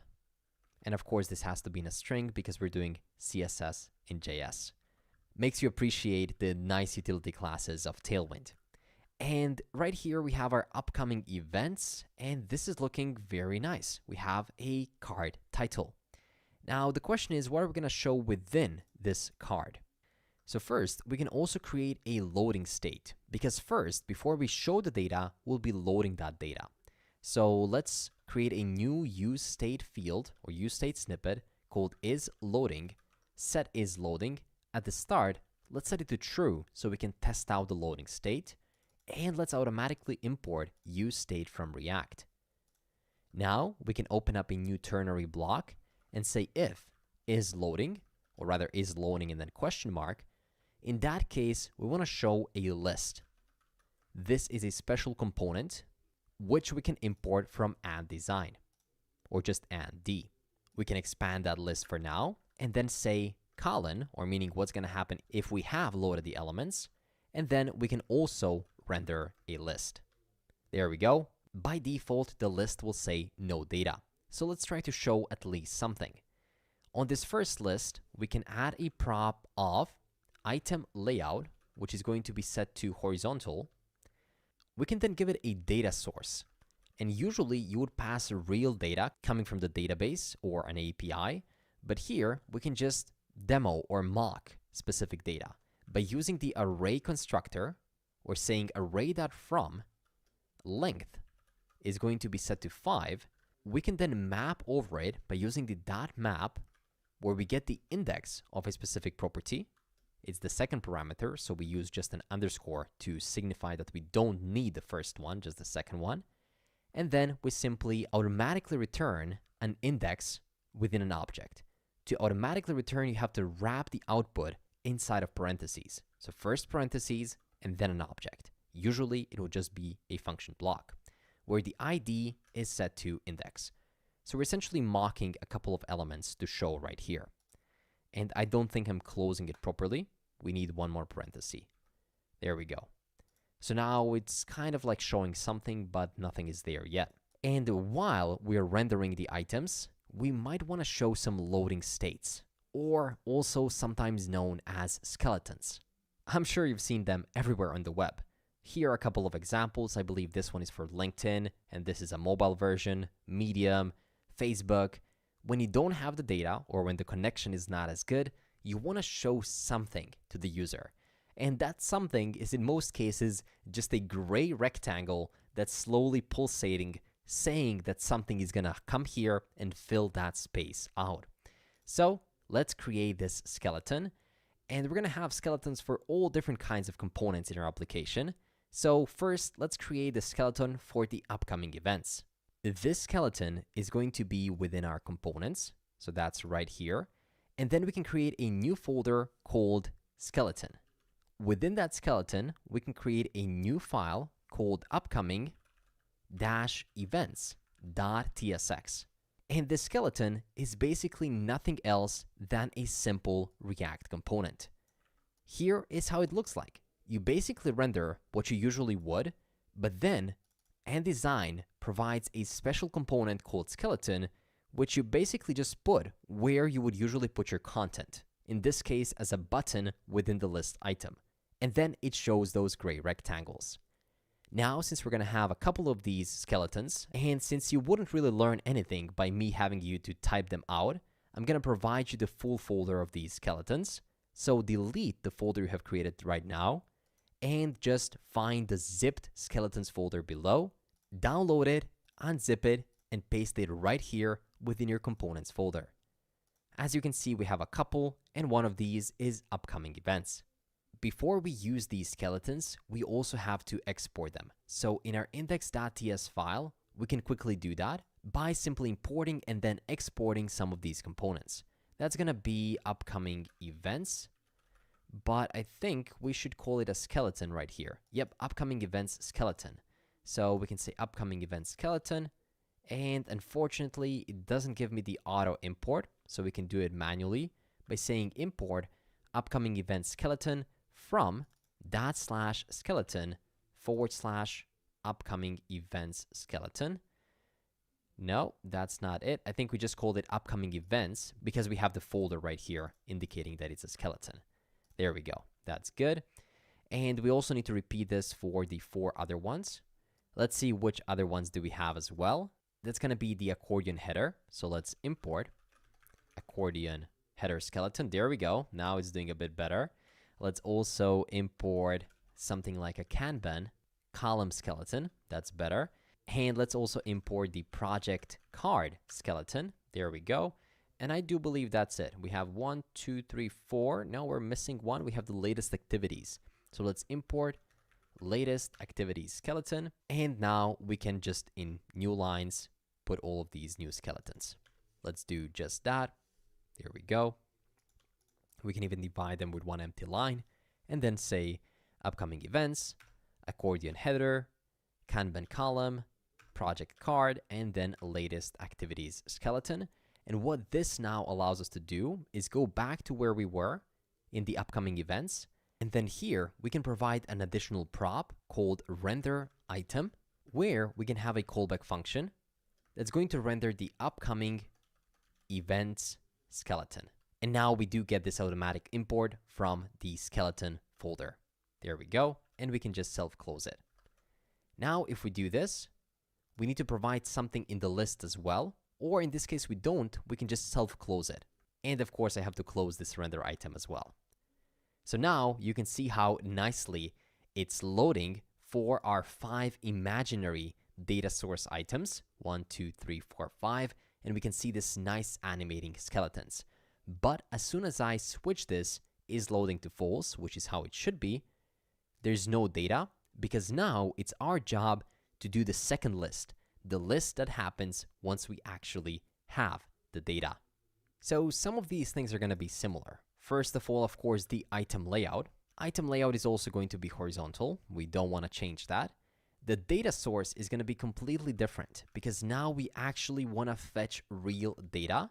So for now, I'm just going to simply put it as an empty array, but soon enough, we're going to provide some real data sources. And we can also provide the render item, which means for each one of these array items, what are we going to show or render? So let's get the item itself. And then in the callback function, we can open up a new function block and then just return something. In this case, for each one, for each item, we want to return a list dot item, all uppercase like this. And this list we have already imported from &d. Within this list item, we also want to render a list dot item dot meta, which is going to be a self-closing component to which we can provide a couple of props. We can provide the avatar, which is going to render some kind of a badge with a specific color.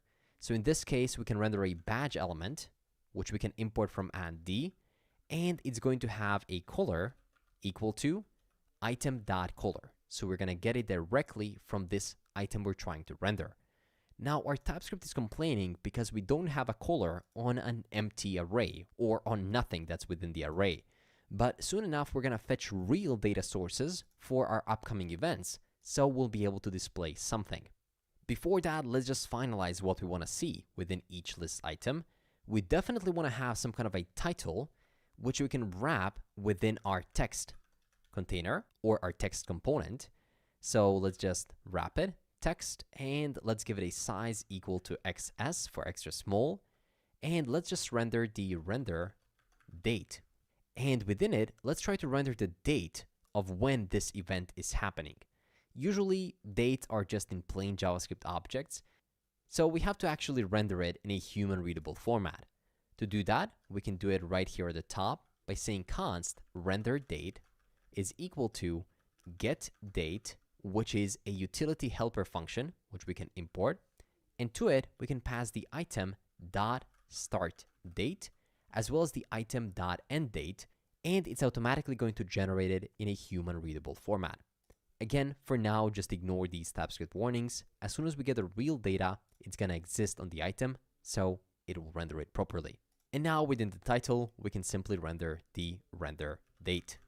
Below the title, we can also render the description, which is going to be yet another text element. And this text is going to have an ellipsis property. Ellipsis is those 3 dots when the text is too long to fit in the container. And we want to turn on the tooltip to be true. So once we hover over it, we'll be able to see the full thing. And we also want to make it strong, so we can give it a strong prop. It's just the bolded text. And there we can render the item.title. I believe this is it. This is everything we want to render within our list item. Now, if we save it, once again, nothing is happening.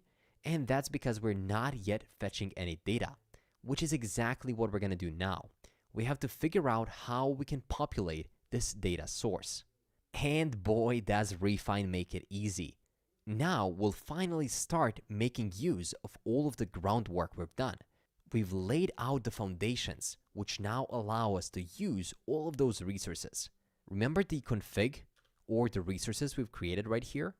One of these was tasks, companies, and dashboard. Now we'll be able to just consume some of these resources and just make CRUD operations on them. Specifically here for the config, we listed the ones that we want to show on the sidebar, such as companies, tasks, and so on. But in this case, we'll be using the resource of events. So let me show you how we can get access to all of these events and then display them right here. At the top of our upcoming events, we can say const and then destructure the data and the isLoading_state, which we can rename to events loading. And that's going to be equal to a hook call of useList, which is coming from Refine Dev Core. It's a function, it's a hook specifically, and we have to pass an object to it, inside of which we define which list do we want to use, and exactly what kind of data do we want to get back. Let me show you how it works. Here, you can say resource, and you can provide the name of the resource you want to fetch. In this case, we want to get events. There we go. Now, if we save this, let's try to see what happens.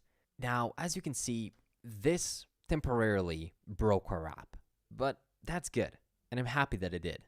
It gave us some time to fully figure out what exactly useList is and just how powerful it is. useList is a hook created by Refine that allows you to fetch data from your API. Within their docs, we can see that it is an extended version of the Tanstax query's use query that supports all of its features and then adds some more. When you need to fetch data, you can do it automatically. You can do sorting, filtering, pagination, everything from a specific resource. It uses the getList method as query function from the data provider, which is passed to the Refine component. It also caches the data and does a lot of exciting stuff as well. And here's an example of how we can use it. Similarly to what we have done right now. You simply get the data, the loading, the error, and define the resource. But in our case, we're using GraphQL, and we have to add a specific GraphQL query as a meta field to this useList hook. So let's add it right here. Meta, which is going to be an object, where we can provide the GQL query in this case, because we're doing a fetch. And here, we can do dashboard, all uppercase, dashboard underscore calendar, underscore upcoming events, underscore query, which we can automatically import from queries. Now, if we get back, everything seems to be working, no more errors. Now we're providing the useList everything that it needs. But as I promised, let's now dive into this GQL query and look exactly what it does. This one is of a medium size. We're doing a query on the upcoming events, and we're also passing some variables. In GraphQL, you can pass some variables such as filters, sorting, and paging, and then we can use those to filter out the documents we want to get back. So here we're saying, give me the events, but apply a filter, apply sorting, apply paging, return the total count, as well as all the nodes, and then the nodes, which are the actual events, may contain these fields. We just passed this GQL query here. In Meta, we define the resource as events, and the useList will do the rest. Let's see if we're immediately getting something back within the data. So I'm gonna console.log data, or just so we don't have to open up the console, let me just alert that. So I'm gonna write alert and then pass the data right here, or maybe JSON.stringify data. That's gonna be better.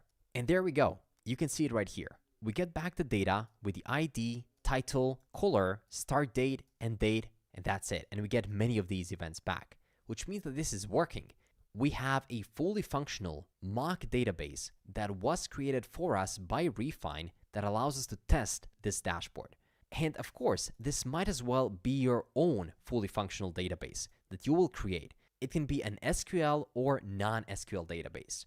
You can use Prisma. You can also use Mongoose. The thing is, Refine's hooks and functionalities allow you to very easily consume all that data within your application with the concepts of resources and lists.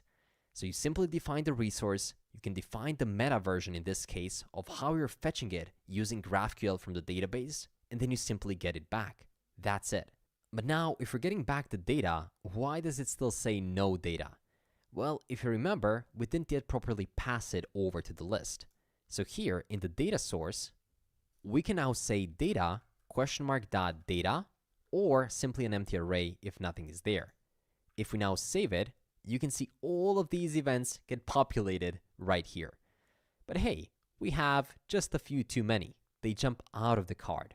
So let's figure out how to do some filtering, or maybe even better, pagination.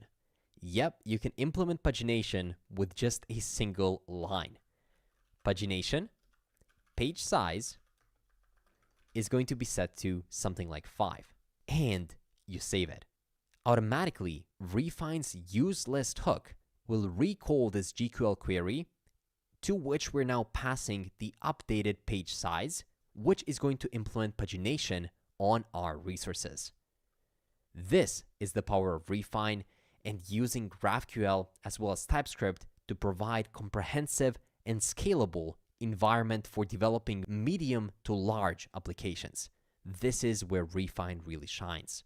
Now that we're nicely getting these elements, let me also show you how to sort them by start date. We can do sorters, and then we can also do an array, and then provide a specific sort, such as field is the start date and order is ascending. So if we do that, they're going to be sorted by start date. We can also apply some filters, which is going to be an array of filters. And in this case, let's say we want to filter by field, which is start date. And we can apply an operator, which is going to be GTE. It's not a game, GTA, no, it's going to be greater than. That's what it is. And then we can also apply a value, which is going to be a specific date. But in this case, we can make use of the day.js library. So we can say day.js and call it as a function, and then use the dot format where you can provide your specific date format. In this case, it's going to be YYYYY, MM, and then DD. And of course, day.js is a package which we have to install. It's a fast 2 kilobyte alternative to Moment.js with the same modern API. You just call it and you get some date functionalities. So to get started, you first have to, of course, install it by running npm install day.js. So I'm going to open up our terminal, split it up, and then simply run npm install day.js. And in a moment, it should automatically be installed. And then we can import it from day.js. So now we're getting the elements as well as applying pagination, sorting, and filtering. It is as easy as that. Now let's go right here below. We have a list, right? And we can also figure out what happens if we finish the loading, but we don't have any elements to show.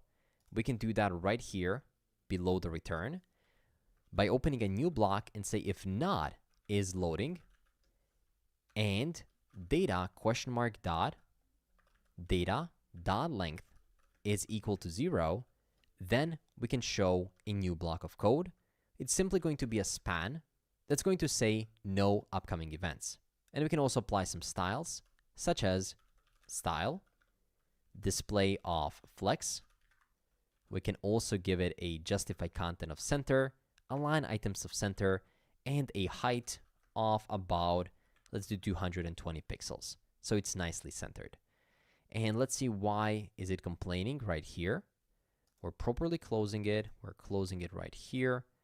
Yeah, this is looking good. But apparently we're not closing something else up. Oh yeah, I think this should go right here below, not within the list, because this is not a list item. It should go above the card right here. There we go. Of course, we won't be able to see it now, but if the data was empty, we should be able to see it. Also, there's nothing in the list, so we can simply self-close it because it's getting the data and rendering the list items. And believe it or not, that is it.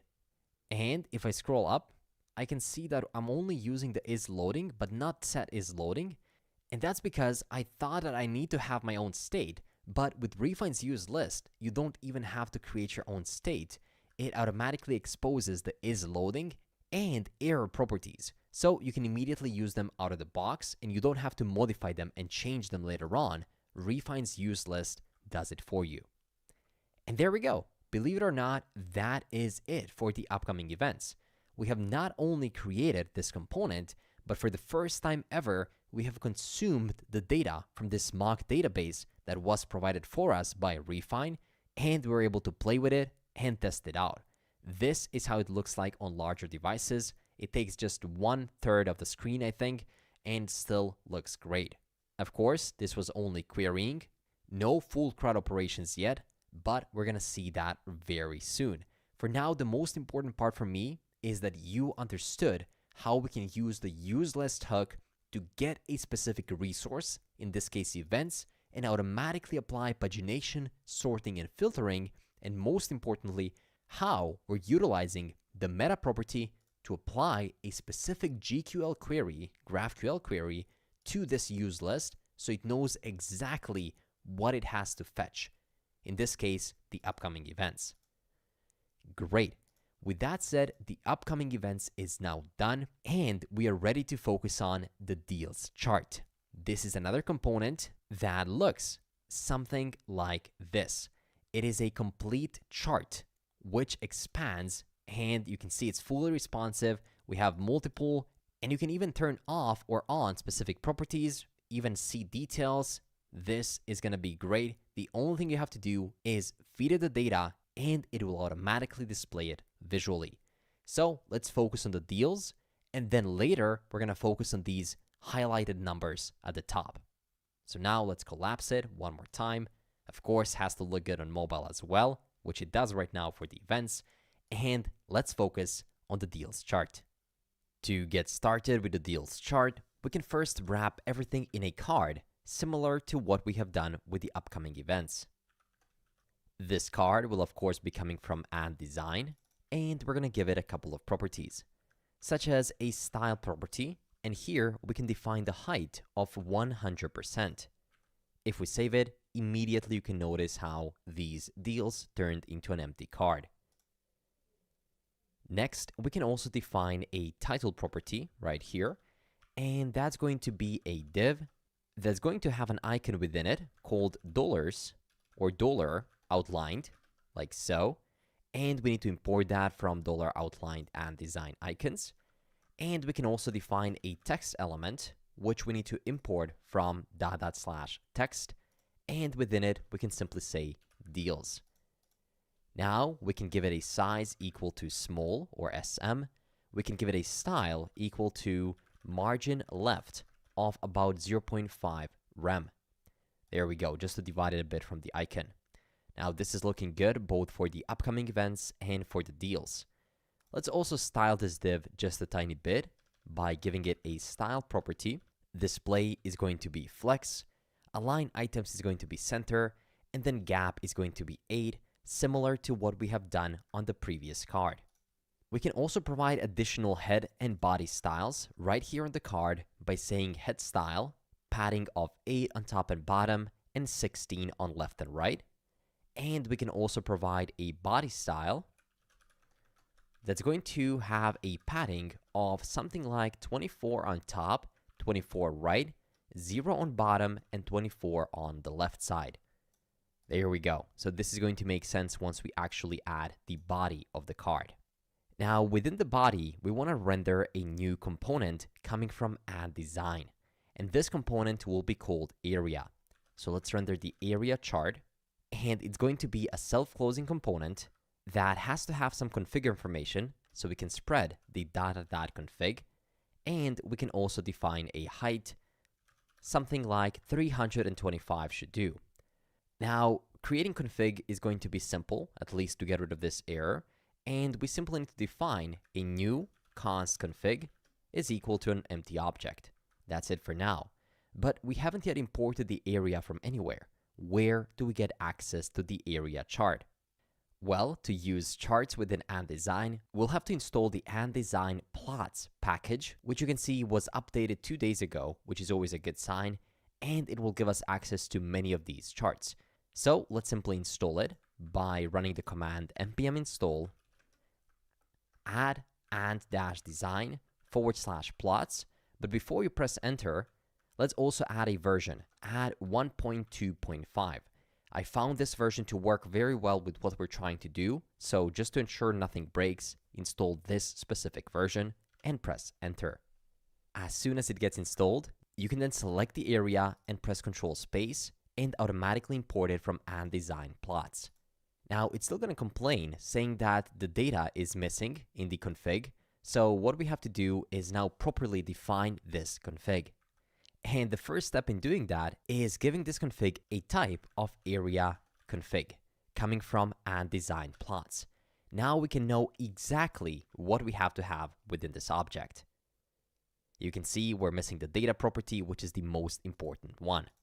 So let's figure out how can we get this data property. For now, we can make it an empty array, and that's immediately going to make it work. And we can see a number 0 on bottom left, which means that the chart is indeed there, and everything is done regarding the JSX part, but now it's our job to figure out how to get and pass the data and then maybe modify the chart a bit. So let's work on getting the data first. Once again, we're going to use the useList hook created by Refine that allows us to fetch data from your API. So we can immediately say const data and then is equal to useList coming from Refine Dev Core. And if you remember correctly, useList is just a wrapper around useQuery, or famously known as 10-stack query as well. We can use it to get the information, sort, filter, paginate, and more. But first things first, we have to provide an options object and then define the resource. In this case, the resource will be deal stages because we want to know about different stages of our deals. Of course, since we're using GraphQL, we also have to provide a meta property right here and then define a GQL or GraphQL query because we're still querying the data.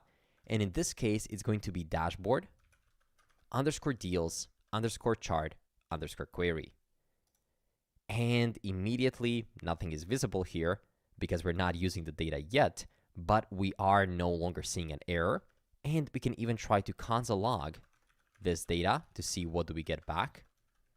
And if we do that and inspect the element right here, we can see that we get back an object with 6 different deal properties: new, follow-up, under review, demo, and so much more.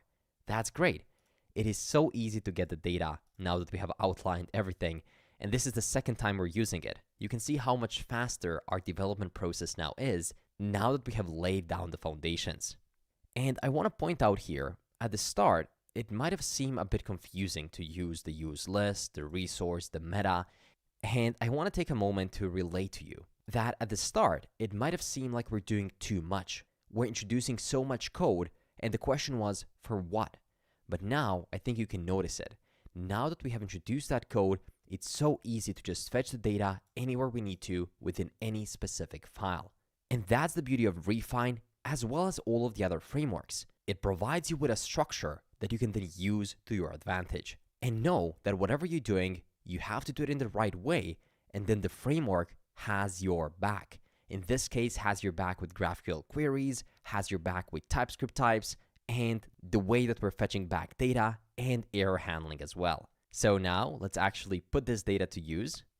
We can do that by creating a new function, const deal data is equal to, and we're going to use a react.useMemo, to which we need to pass a callback function, and then return a function call of map deals data, which is coming from @/utilities helpers, and then we pass the data $.data to it. This is going to nicely filter out or map our different deals so they're ready for use in the area chart. Of course, the second parameter of the use memo has to be an array, inside of which we can specify when will the use memo have to recompute the memoized values. In this case, only when the data changes. So why are we using the use memo here? Well, we're using it to memoize the data so that it's not recalculated on every render. And now we can simply pass the deal data right here into the area chart config.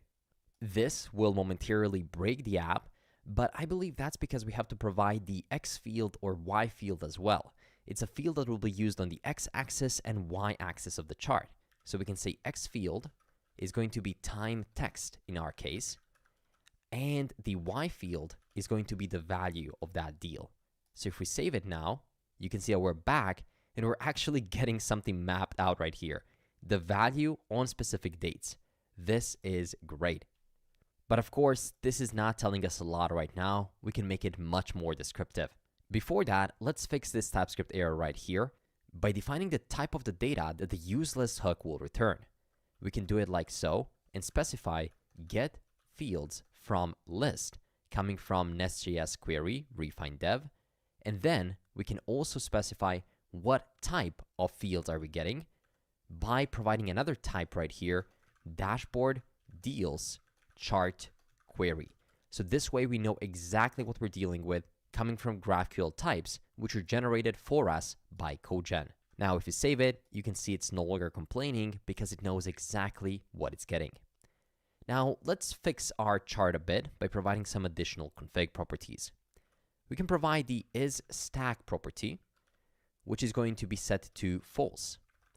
And this is used to stack the data on top of each other. In this case, we don't want that. We can also provide the series field, which will group the data based off of a specific state. In this case, we want to group it by state. There we go. So now we have lost and won, which is great. We also want to add the animation, which is going to be set to true. We also want to add the start on 0 to false, which is going to ensure that the y-axis starts from 0. We can add the smooth property, which will make the chart smooth, meaning it will connect the points by a smooth curve. And then, of course, we have to make sense of the data that we have in there. And for that, we can define the legend. First of all, we can maybe do a legend offset. So offset y to something like -6. This is going to move it a bit to the top. We can also define the y-axis and then define the tick count like this and set it to something like 4. If you want, you can do something like 6, or you can do something like 8 as well, but that's too much. I think 4 is just fine. Then we can also define a label for the y-axis by using the formatter function. Formatter, which is going to accept a v value of string and call a callback function that's going to return a template string of a dollar amount and then a number of the value, but divided by 1000 like this, and then we can add k at the end. So we don't have those long numbers, rather just 200k, 300k, 600k, and so on. Let's see if I have done that correctly. Before, we had something like this. Let me just get back. So before, if I reload the page right now, we had 200,000, and now it's going to say something like 200k. That's good. Looks better. Next, we can also add a tooltip below the y-axis. So on hover, it's going to show a specific tooltip. We can do something like formatter, where we get the data, and then we can return a name of data.state, and we can also return the value of a template string of the dollar amount, number, data.value, and then we can do the same thing. Divide by 1000 and then show the k. So now if you hover, you can see this nice looking tooltip, but it's formatted to show the k value. And I notice that we do have a problem right here, so we can fix it by closing it right here. And I do believe it's going to look good now. There we go. That's much better. Now you can see all of those changes, I think all the way up to here, have been just the quality of life changes. If I remove them and reload, it's still going to look good, right? We don't have the smooth edges. We have maybe big numbers right here, yeah, that are hard to read. But then if we do this and reload, once again, it's so much smoother. Everything looks better and makes so much more sense. So I just wanted to take a moment to teach you how we can further style and design charts. Great. With that said, we can also apply some additional filterings to our use list by providing filters, which is going to be an array. Within that array, we can provide a single filter with a field of title. Operator is in, and then value is either won or lost. That way, we won't have any other states. We're going to only have won and lost to be sure that nothing bad is happening. And with that said, we are completely done with the deals chart. So let's close it and let's expand our browser to check it out. There we go. So now we have the deals. We can compare it with the deployed site. And on the deployed site, it does look like this part takes 2/3 of the screen, whereas our current one only takes 1 additional third. So we'll definitely have to play a bit with the layout and positioning.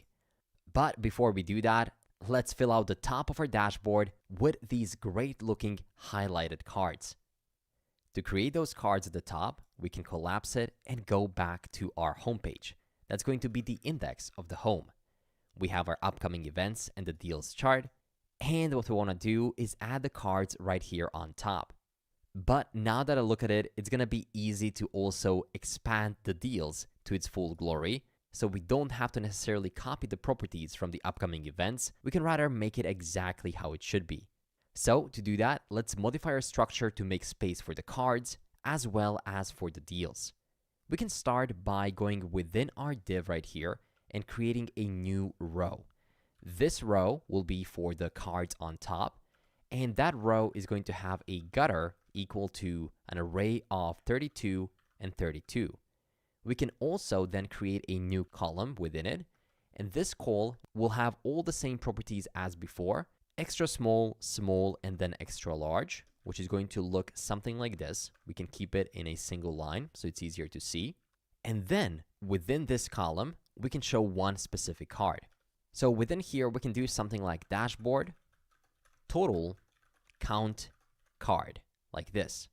And now we can duplicate this 3 more times because we have 3 of these cards on top. So if you save that and go back, we can see 3 dashboard total count cards. Now we want to close this row right here, and then we want to open up a new row.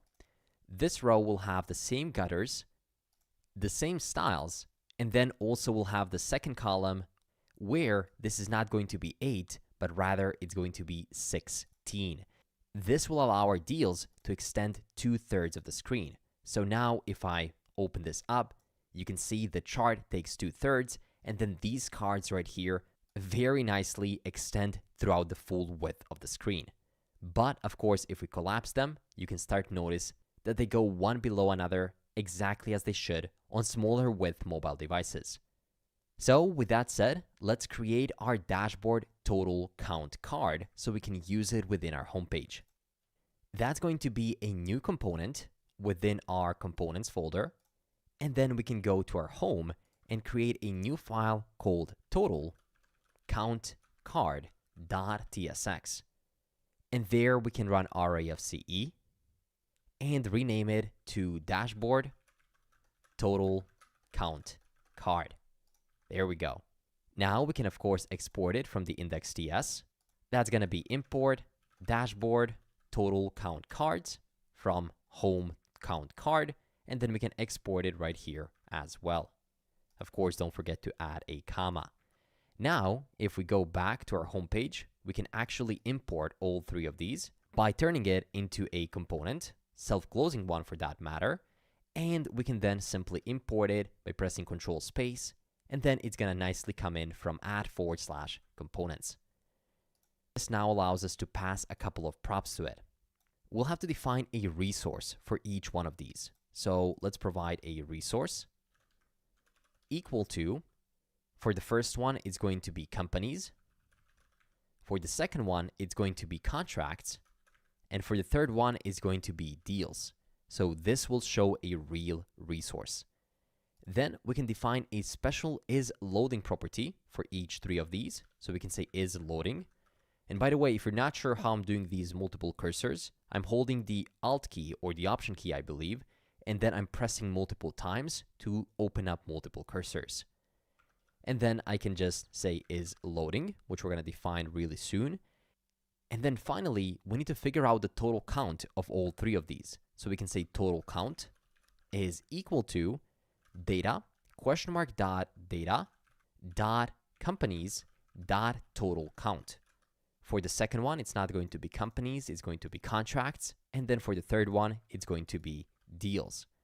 Now, of course, before we actually go ahead and start working on the card, we have to figure out where this is loading and where the data is coming from.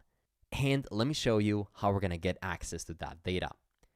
We can again define const and then get the data and the isLoading similar to what we have done with the use list. But this time, we're going to use the use custom hook coming from Refine Dev Core. Then we can provide an options object and define a URL just as an empty string. We can define the method, which is going to be get. So it allows us to completely customize what we're trying to get.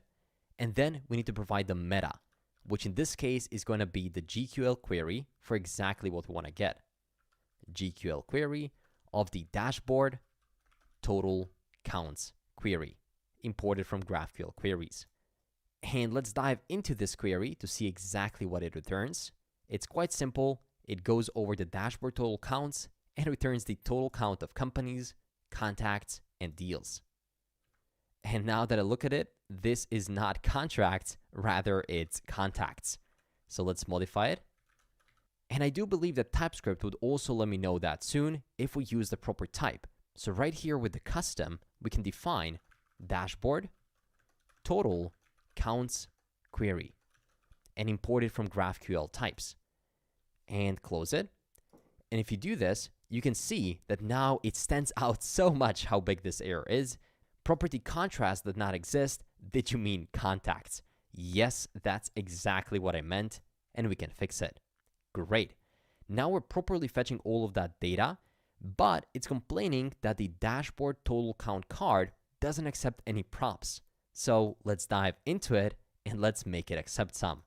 Now that we know exactly what we're passing, it's gonna be quite easy. We just need to extract it from here. We need the resource, the is loading, and the total count, and we can just define those as a type of props, which we can define right here at the top. Type props is equal to, first we can start with resource, which is going to be either companies, contacts, or deals. Then we can have something like is loading, which is a boolean, and total count, which is a number. Now that we're getting all of these props, let's turn these pieces of text into cards. So let's turn this div into a nice looking card coming from ant_d. You already know how it goes. If we save it, already we have 3 cards. Let's apply some styling, such as a style of height of 96 pixels. Let's of course properly spell that right here within our code base. And let's also apply a padding of 0. There we go. Next, we can also apply some body style, which is going to be equal to padding of something like 8 pixels on top, 8 on the right side, 8 on the bottom, and then 12 on the left side. There we go. This is good. And then we can also give it a size is equal to small. Within this card, we can have a div, and this div will also have a style of its own. The style here will be a display of flex, turning it into a flex container, align items of center, gap of 8 between the elements to create some space, and then a white space of no wrap. There we go. Within this div, we can show an icon for each card. So let's render an icon. So how would we render a different icon for each one of these cards? We could of course do something like icon and then define as icons for that specific resource, like this. And then it would know exactly which resource it has to get it for. Let me show you how I would approach getting all of this data for these different cards. We can create something known as a constants folder. This is going to be within source, and then create a new folder called constants. It's similar to utilities, but here we provide constant values which you can reuse across your application. Think of it like a CMS for your app. You don't have to put all the values or text pieces within the JSX itself. You just write it here or have a non-developer person write it, and then you can simply use those values. So within here, let's create a new index.tsx, and the full constants index.tsx will be in the README down below, so simply copy it and paste it right here. It's about 300 lines, but it's mostly just different labels, as you can see. So we have different industry options, which we're going to use later on. We have different status options with the labels and values. We have different values for deals as well. And then we also have this. So this is a specific color of the card, the secondary color, and even the type of icon, the title, and the data which we want to use for this specific card. So this now allows us to go back and right at the top, try to extract specific values for each of the cards by saying const, get the primary color, get the secondary color, get the icon and the title, which is equal to total count variance coming from add/constants for that specific resource we're currently rendering. So it's going to be different for all 3 of these cards. Let me show you. We have our icon, and the only thing we have to do is now render this icon right here. And there we go. We have 3 different colors as well as 3 different icons. Now, below this icon, we can also render a piece of text, which of course has to be imported from the /text, and it's going to render a title. Once again, the title will be completely different depending on the card, or should I say resource. Next, this text can have a size equal to MD, a class name equal to secondary, as well as a style equal to margin left of 8 pixels. There we go. Below this text and below the div, we can create a new div. This div will also have a style equal to display is flex, and justify content is space between, like so. We don't need align items in this case. Within this div, we're going to show another text, and this text will look into if we are currently loading, and if we are loading, we want to show a skeleton for the button. So we can say skeleton.button. It's going to be a self-closing component, and of course we have to import skeleton from add design. And if we're not loading, we can actually render the total count for each one of these cards. So if I save it, we can see 30, 78, and 288 as well. Let's also provide some styles for this skeleton, even though we cannot see it right now, such as a margin top to divide it a bit from the top of 8 pixels, as well as a width of about 74 pixels, like so. Great. Now let's, of course, make this text a bit bigger by providing some props to this text element, such as the size equal to XXXL. It's going to be a very big one.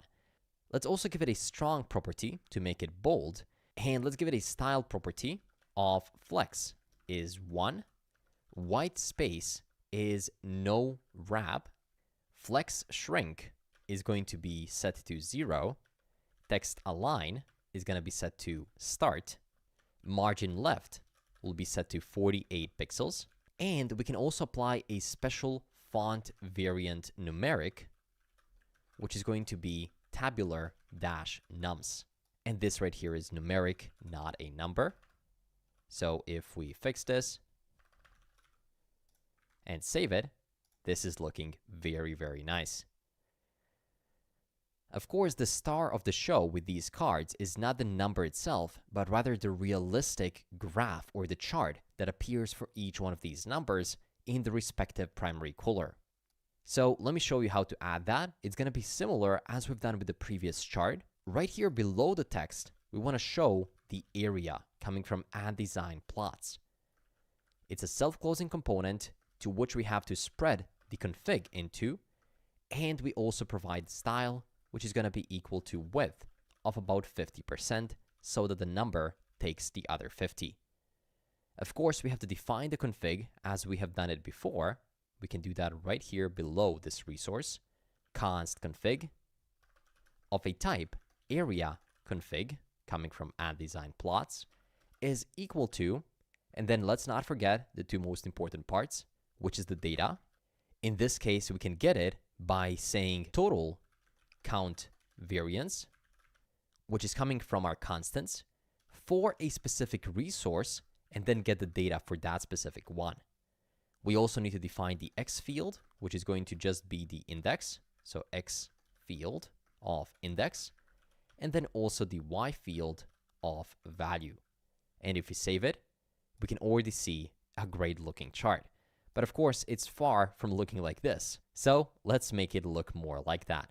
To do that, we have to play a bit with the config properties, as we have done that before. We can add the append padding property of an array of 1, 0, 0, 0. This will add some additional padding. We can then add a padding of 0 overall. There we go. We can then sync view with padding set to true. We can make a autofit property be also set to true, so it's going to fit it nicely. Tooltip is going to be false because we don't need to hover over it. Animation is also going to be set to false. We don't need to animate it here.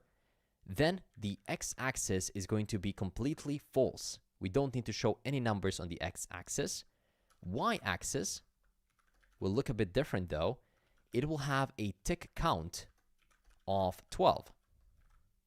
So that's a lot of lines right here. But we might not even need that. As you can see in the final one, we don't have it. More on that later. The label, or rather the style of the label, will be stroke of transparent. So that looks like this. If you reload, you'll notice that there are no labels whatsoever. But now we're more interested in the grid. So if we go below the label and modify the grid of line, style, stroke to transparent as well.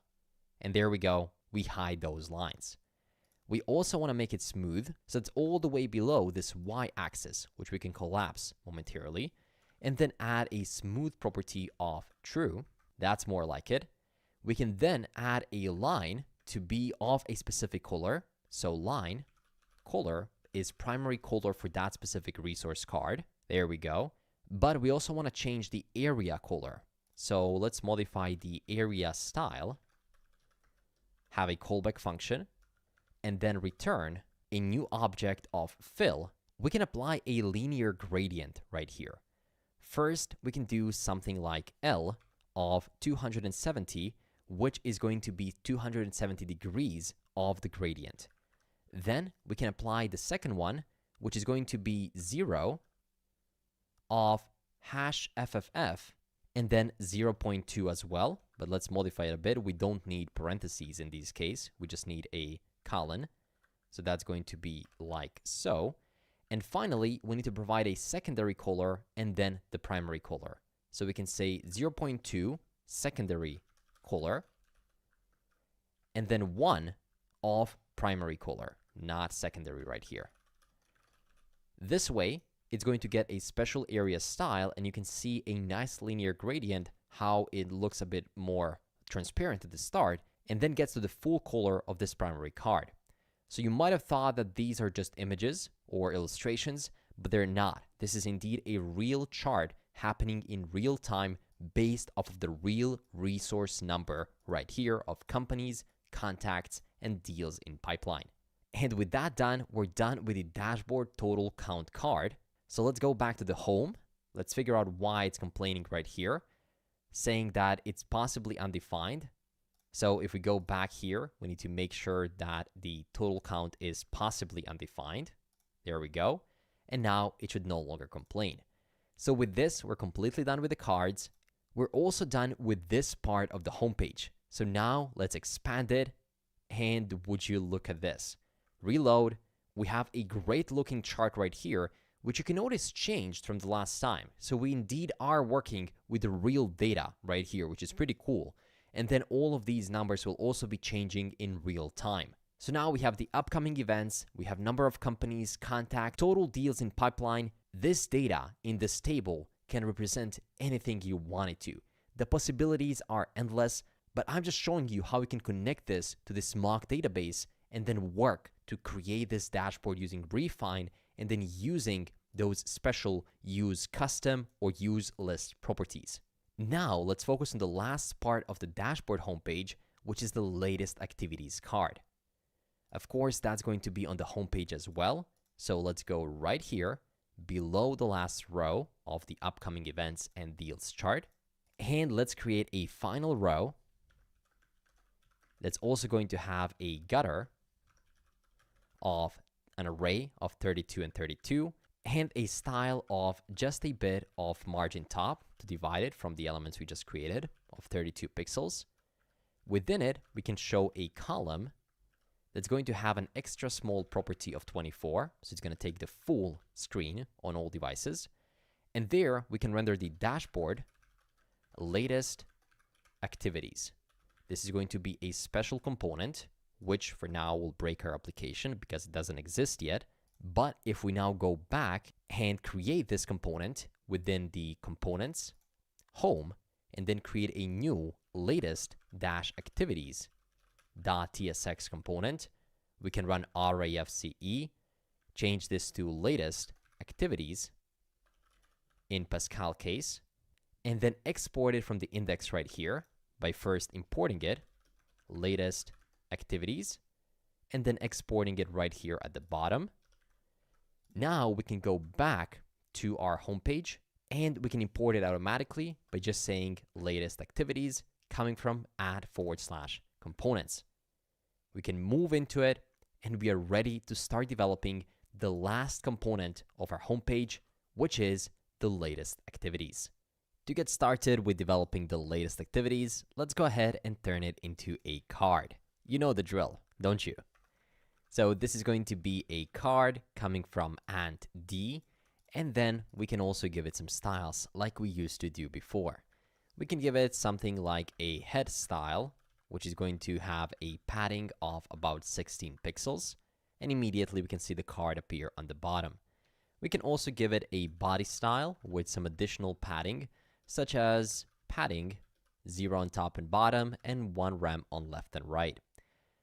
We can then define a card's title, which is going to be a custom div. So that's a div that will have a style equal to display of flex, align items of center, as well as a gap of 8 pixels specifically.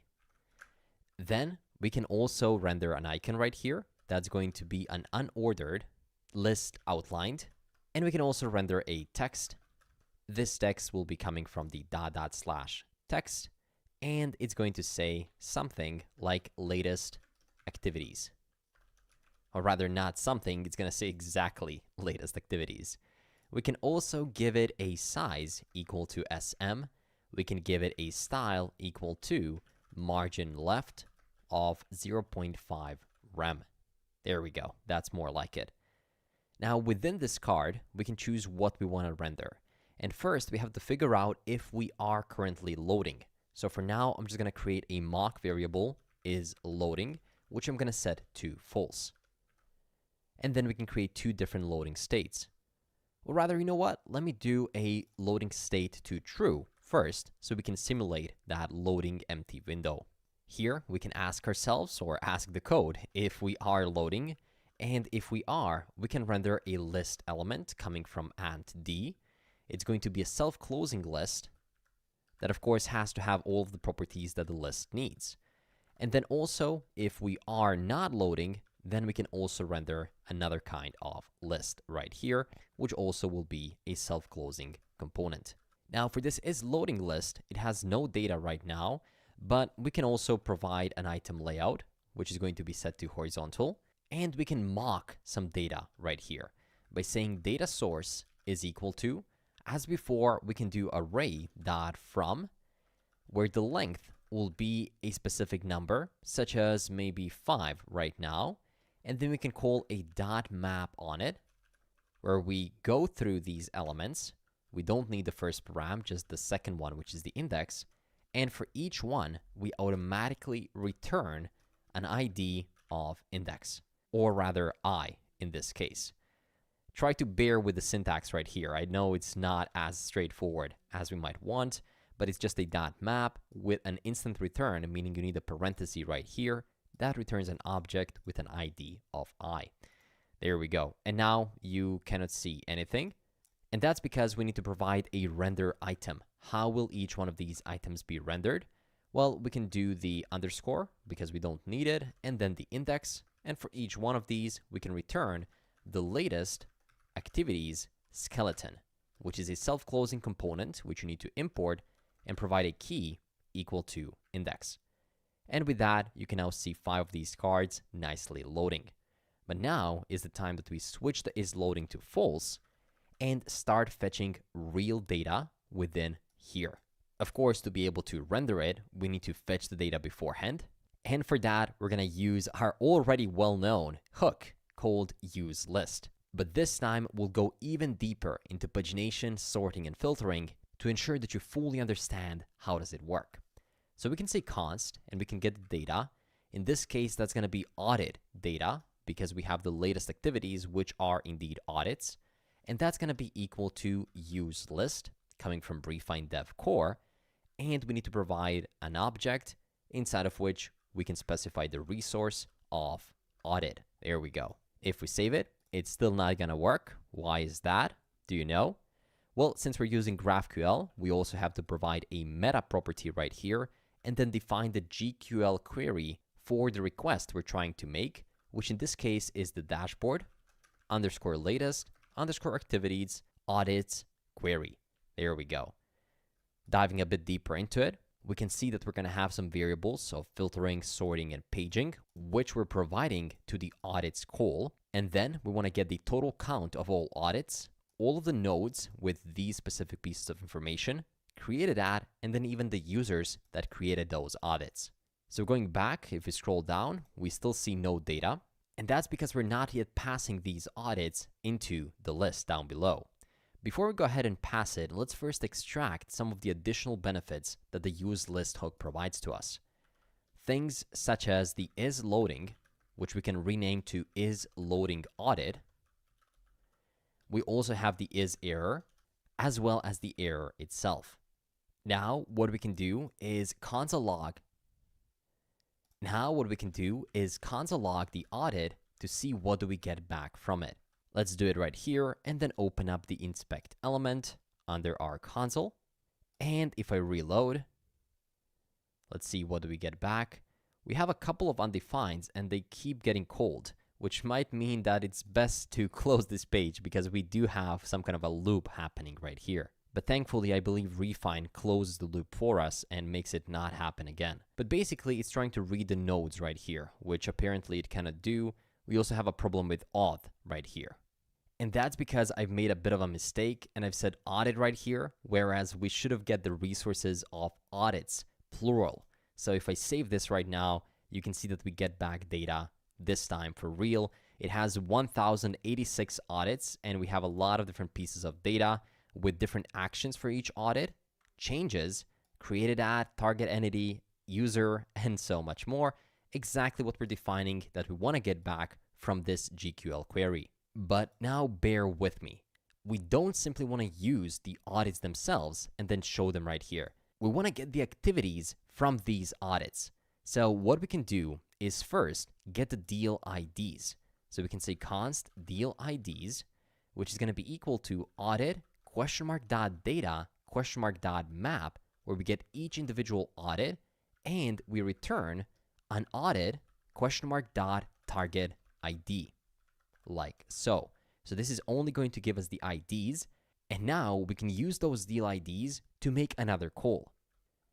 Then we'll be able to get all of these deals, as you can see right here. So how do we do that? Well, we're going to fetch all deals with the IDs from the audit data by using another useList. Const data, this time we're getting deals with the isLoading property, which we can rename to isLoadingDeals. And that's going to be equal to a useList hook call, inside of which we can provide the resource of deals. So we specify which resource we want to perform the operation on. And then here, we can even provide query options. This allows us to disable the query if there are no deal IDs. So we can say enabled if !! to turn it into a Boolean, deal IDs !length. And of course, there has to be a comma right here. Then in this case, we can disable pagination by saying pagination mode off. And we can also apply some additional filtering. Keep in mind the app is not working. Do you know why? It's because we haven't yet provided a special GQL query for this call.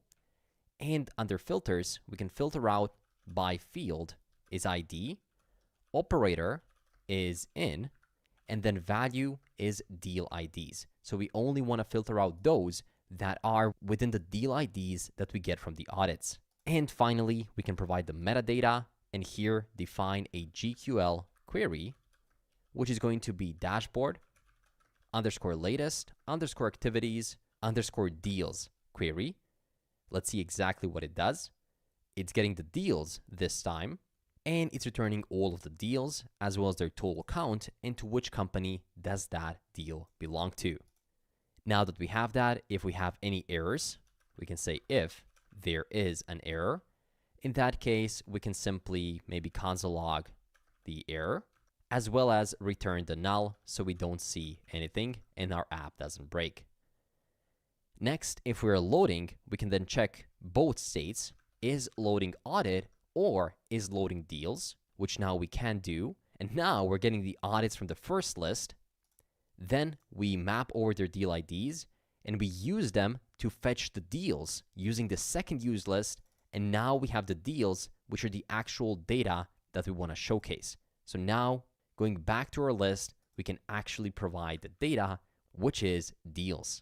We can do that by saying item layout is going to be horizontal, and then immediately data source is audit (data). Now, you might be thinking, why did we do all of this extra work to get the deals data using another list if we're never actually using it? We're just using the audits. Well, that's because the original data source is audits, but we're going to use the data from the deals when we render each individual item. So we can say render item, where we get back the item we're currently showing, and then we need to find the deal with the ID from the audit data by saying const deal is equal to deals (data) dot find me a deal where the deal.id is triple equal to item dot target ID or undefined. There we go.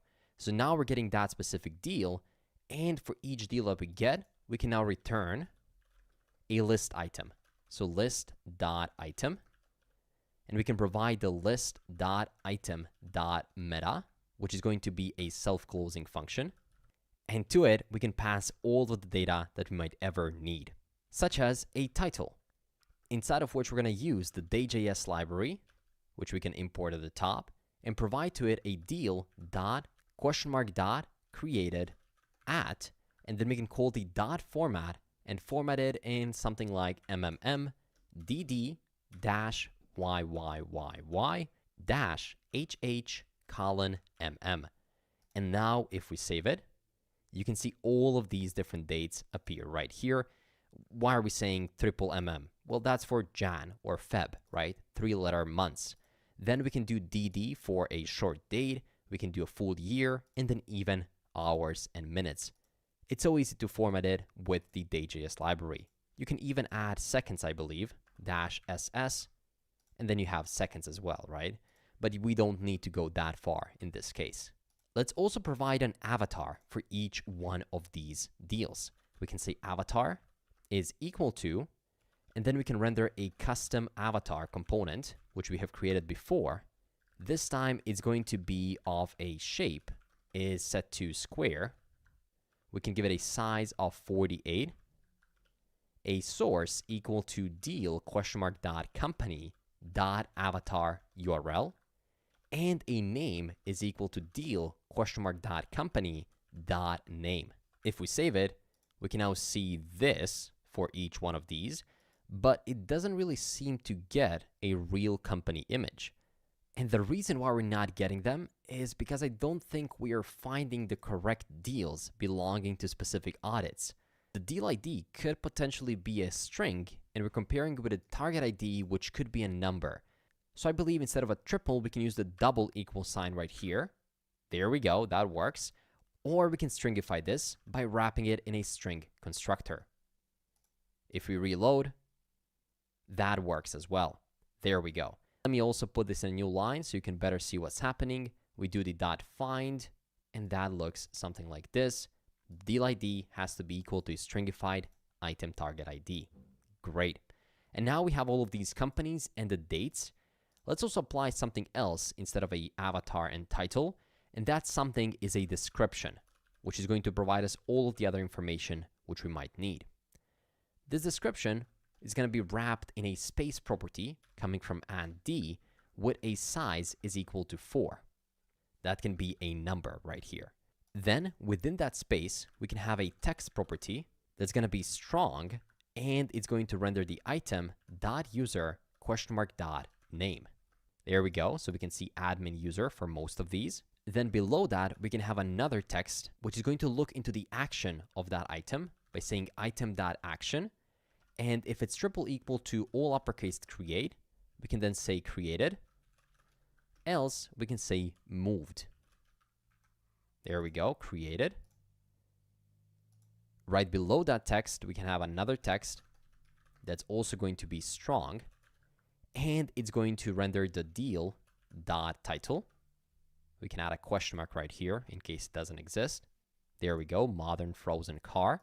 Then we can add another text right below and this text will simply say deal, and then we can add another one below, inside of which we also want to look into the action by saying item.action. If it's triple equal to create, then we want to say in,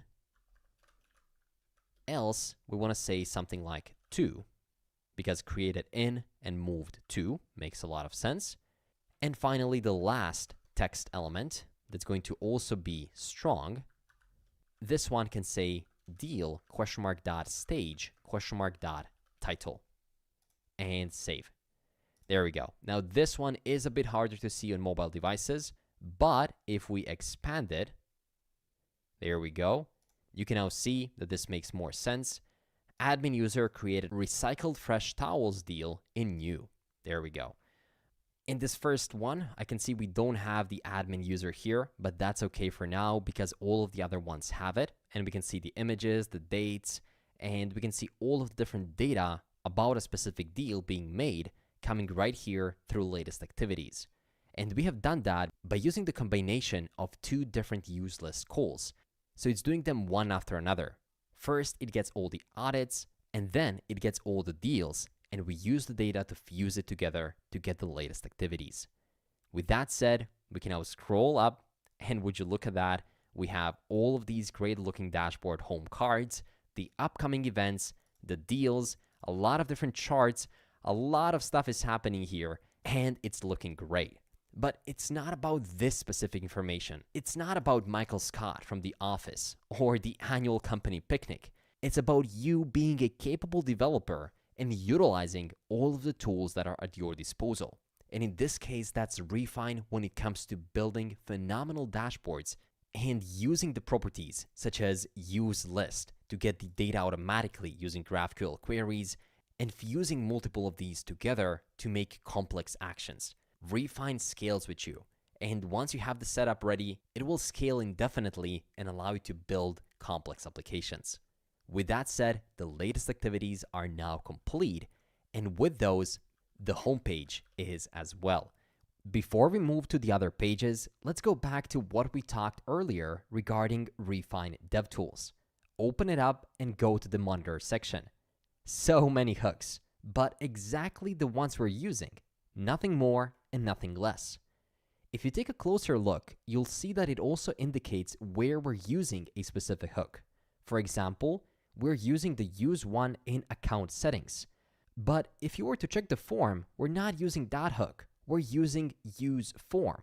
Interesting, isn't it?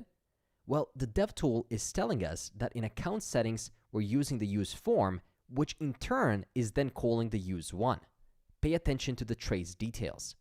Click on it and you'll not only witness the entire process, but also the data we are receiving from that hook in that component. This is what sets this DevTool feature apart. We can observe the entire success and failure journey, where it kicks off, what's happening behind the scenes, and the data it brings back to us. No more relying on console logs. The same process applies to other hooks like use list and more. Feel free to dive into it deeper to understand the Refine's concepts in more detail.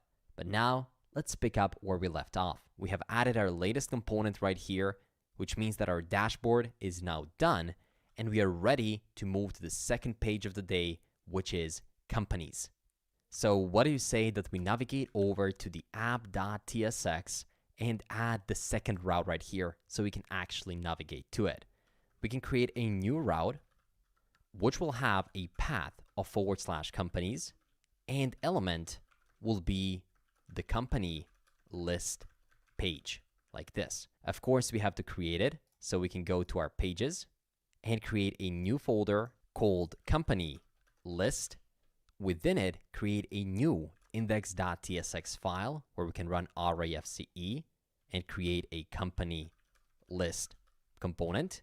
Then we can just, instead of doing the default, we can do a typical export const right here, and we can export it from our index.tsx as well by saying export everything from company list, which allows us to go back to our homepage and import company list, not page, just company list is going to be enough, from /pages, allows us to navigate to it, and navigate within our application as well using built-in routing.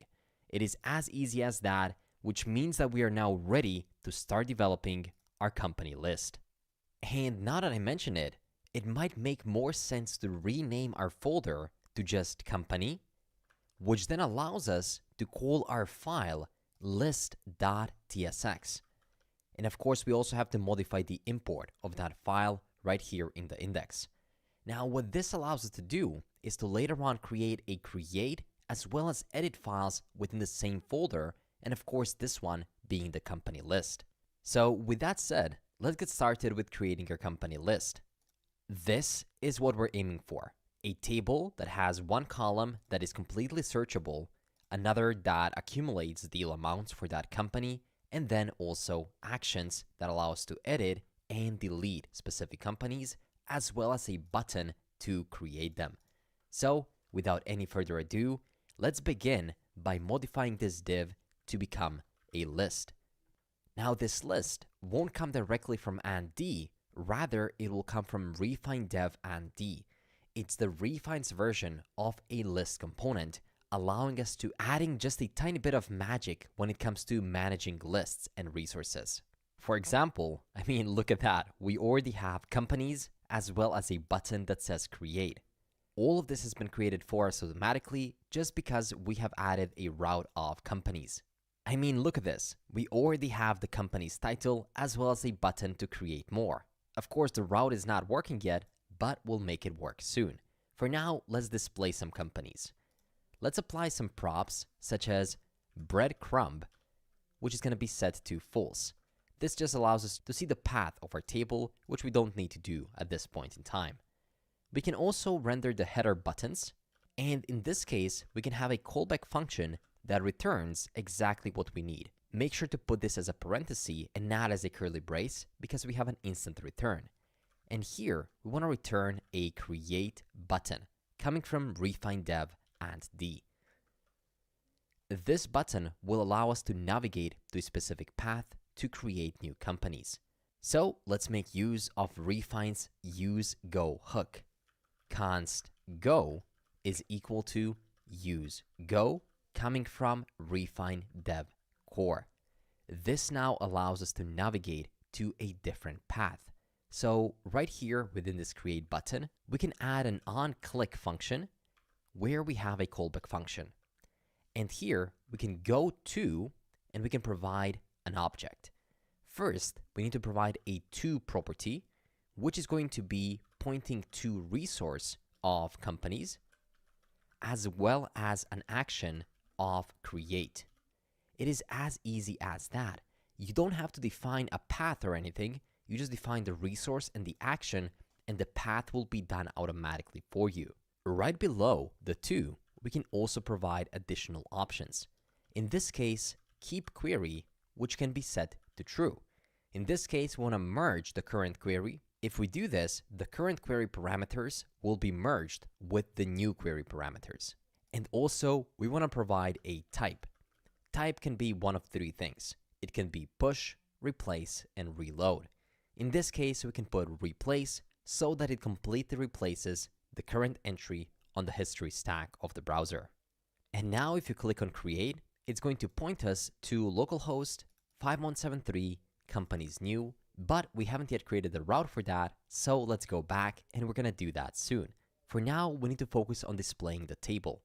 So let's go right here inside of the list and let's render a table component coming from and-d.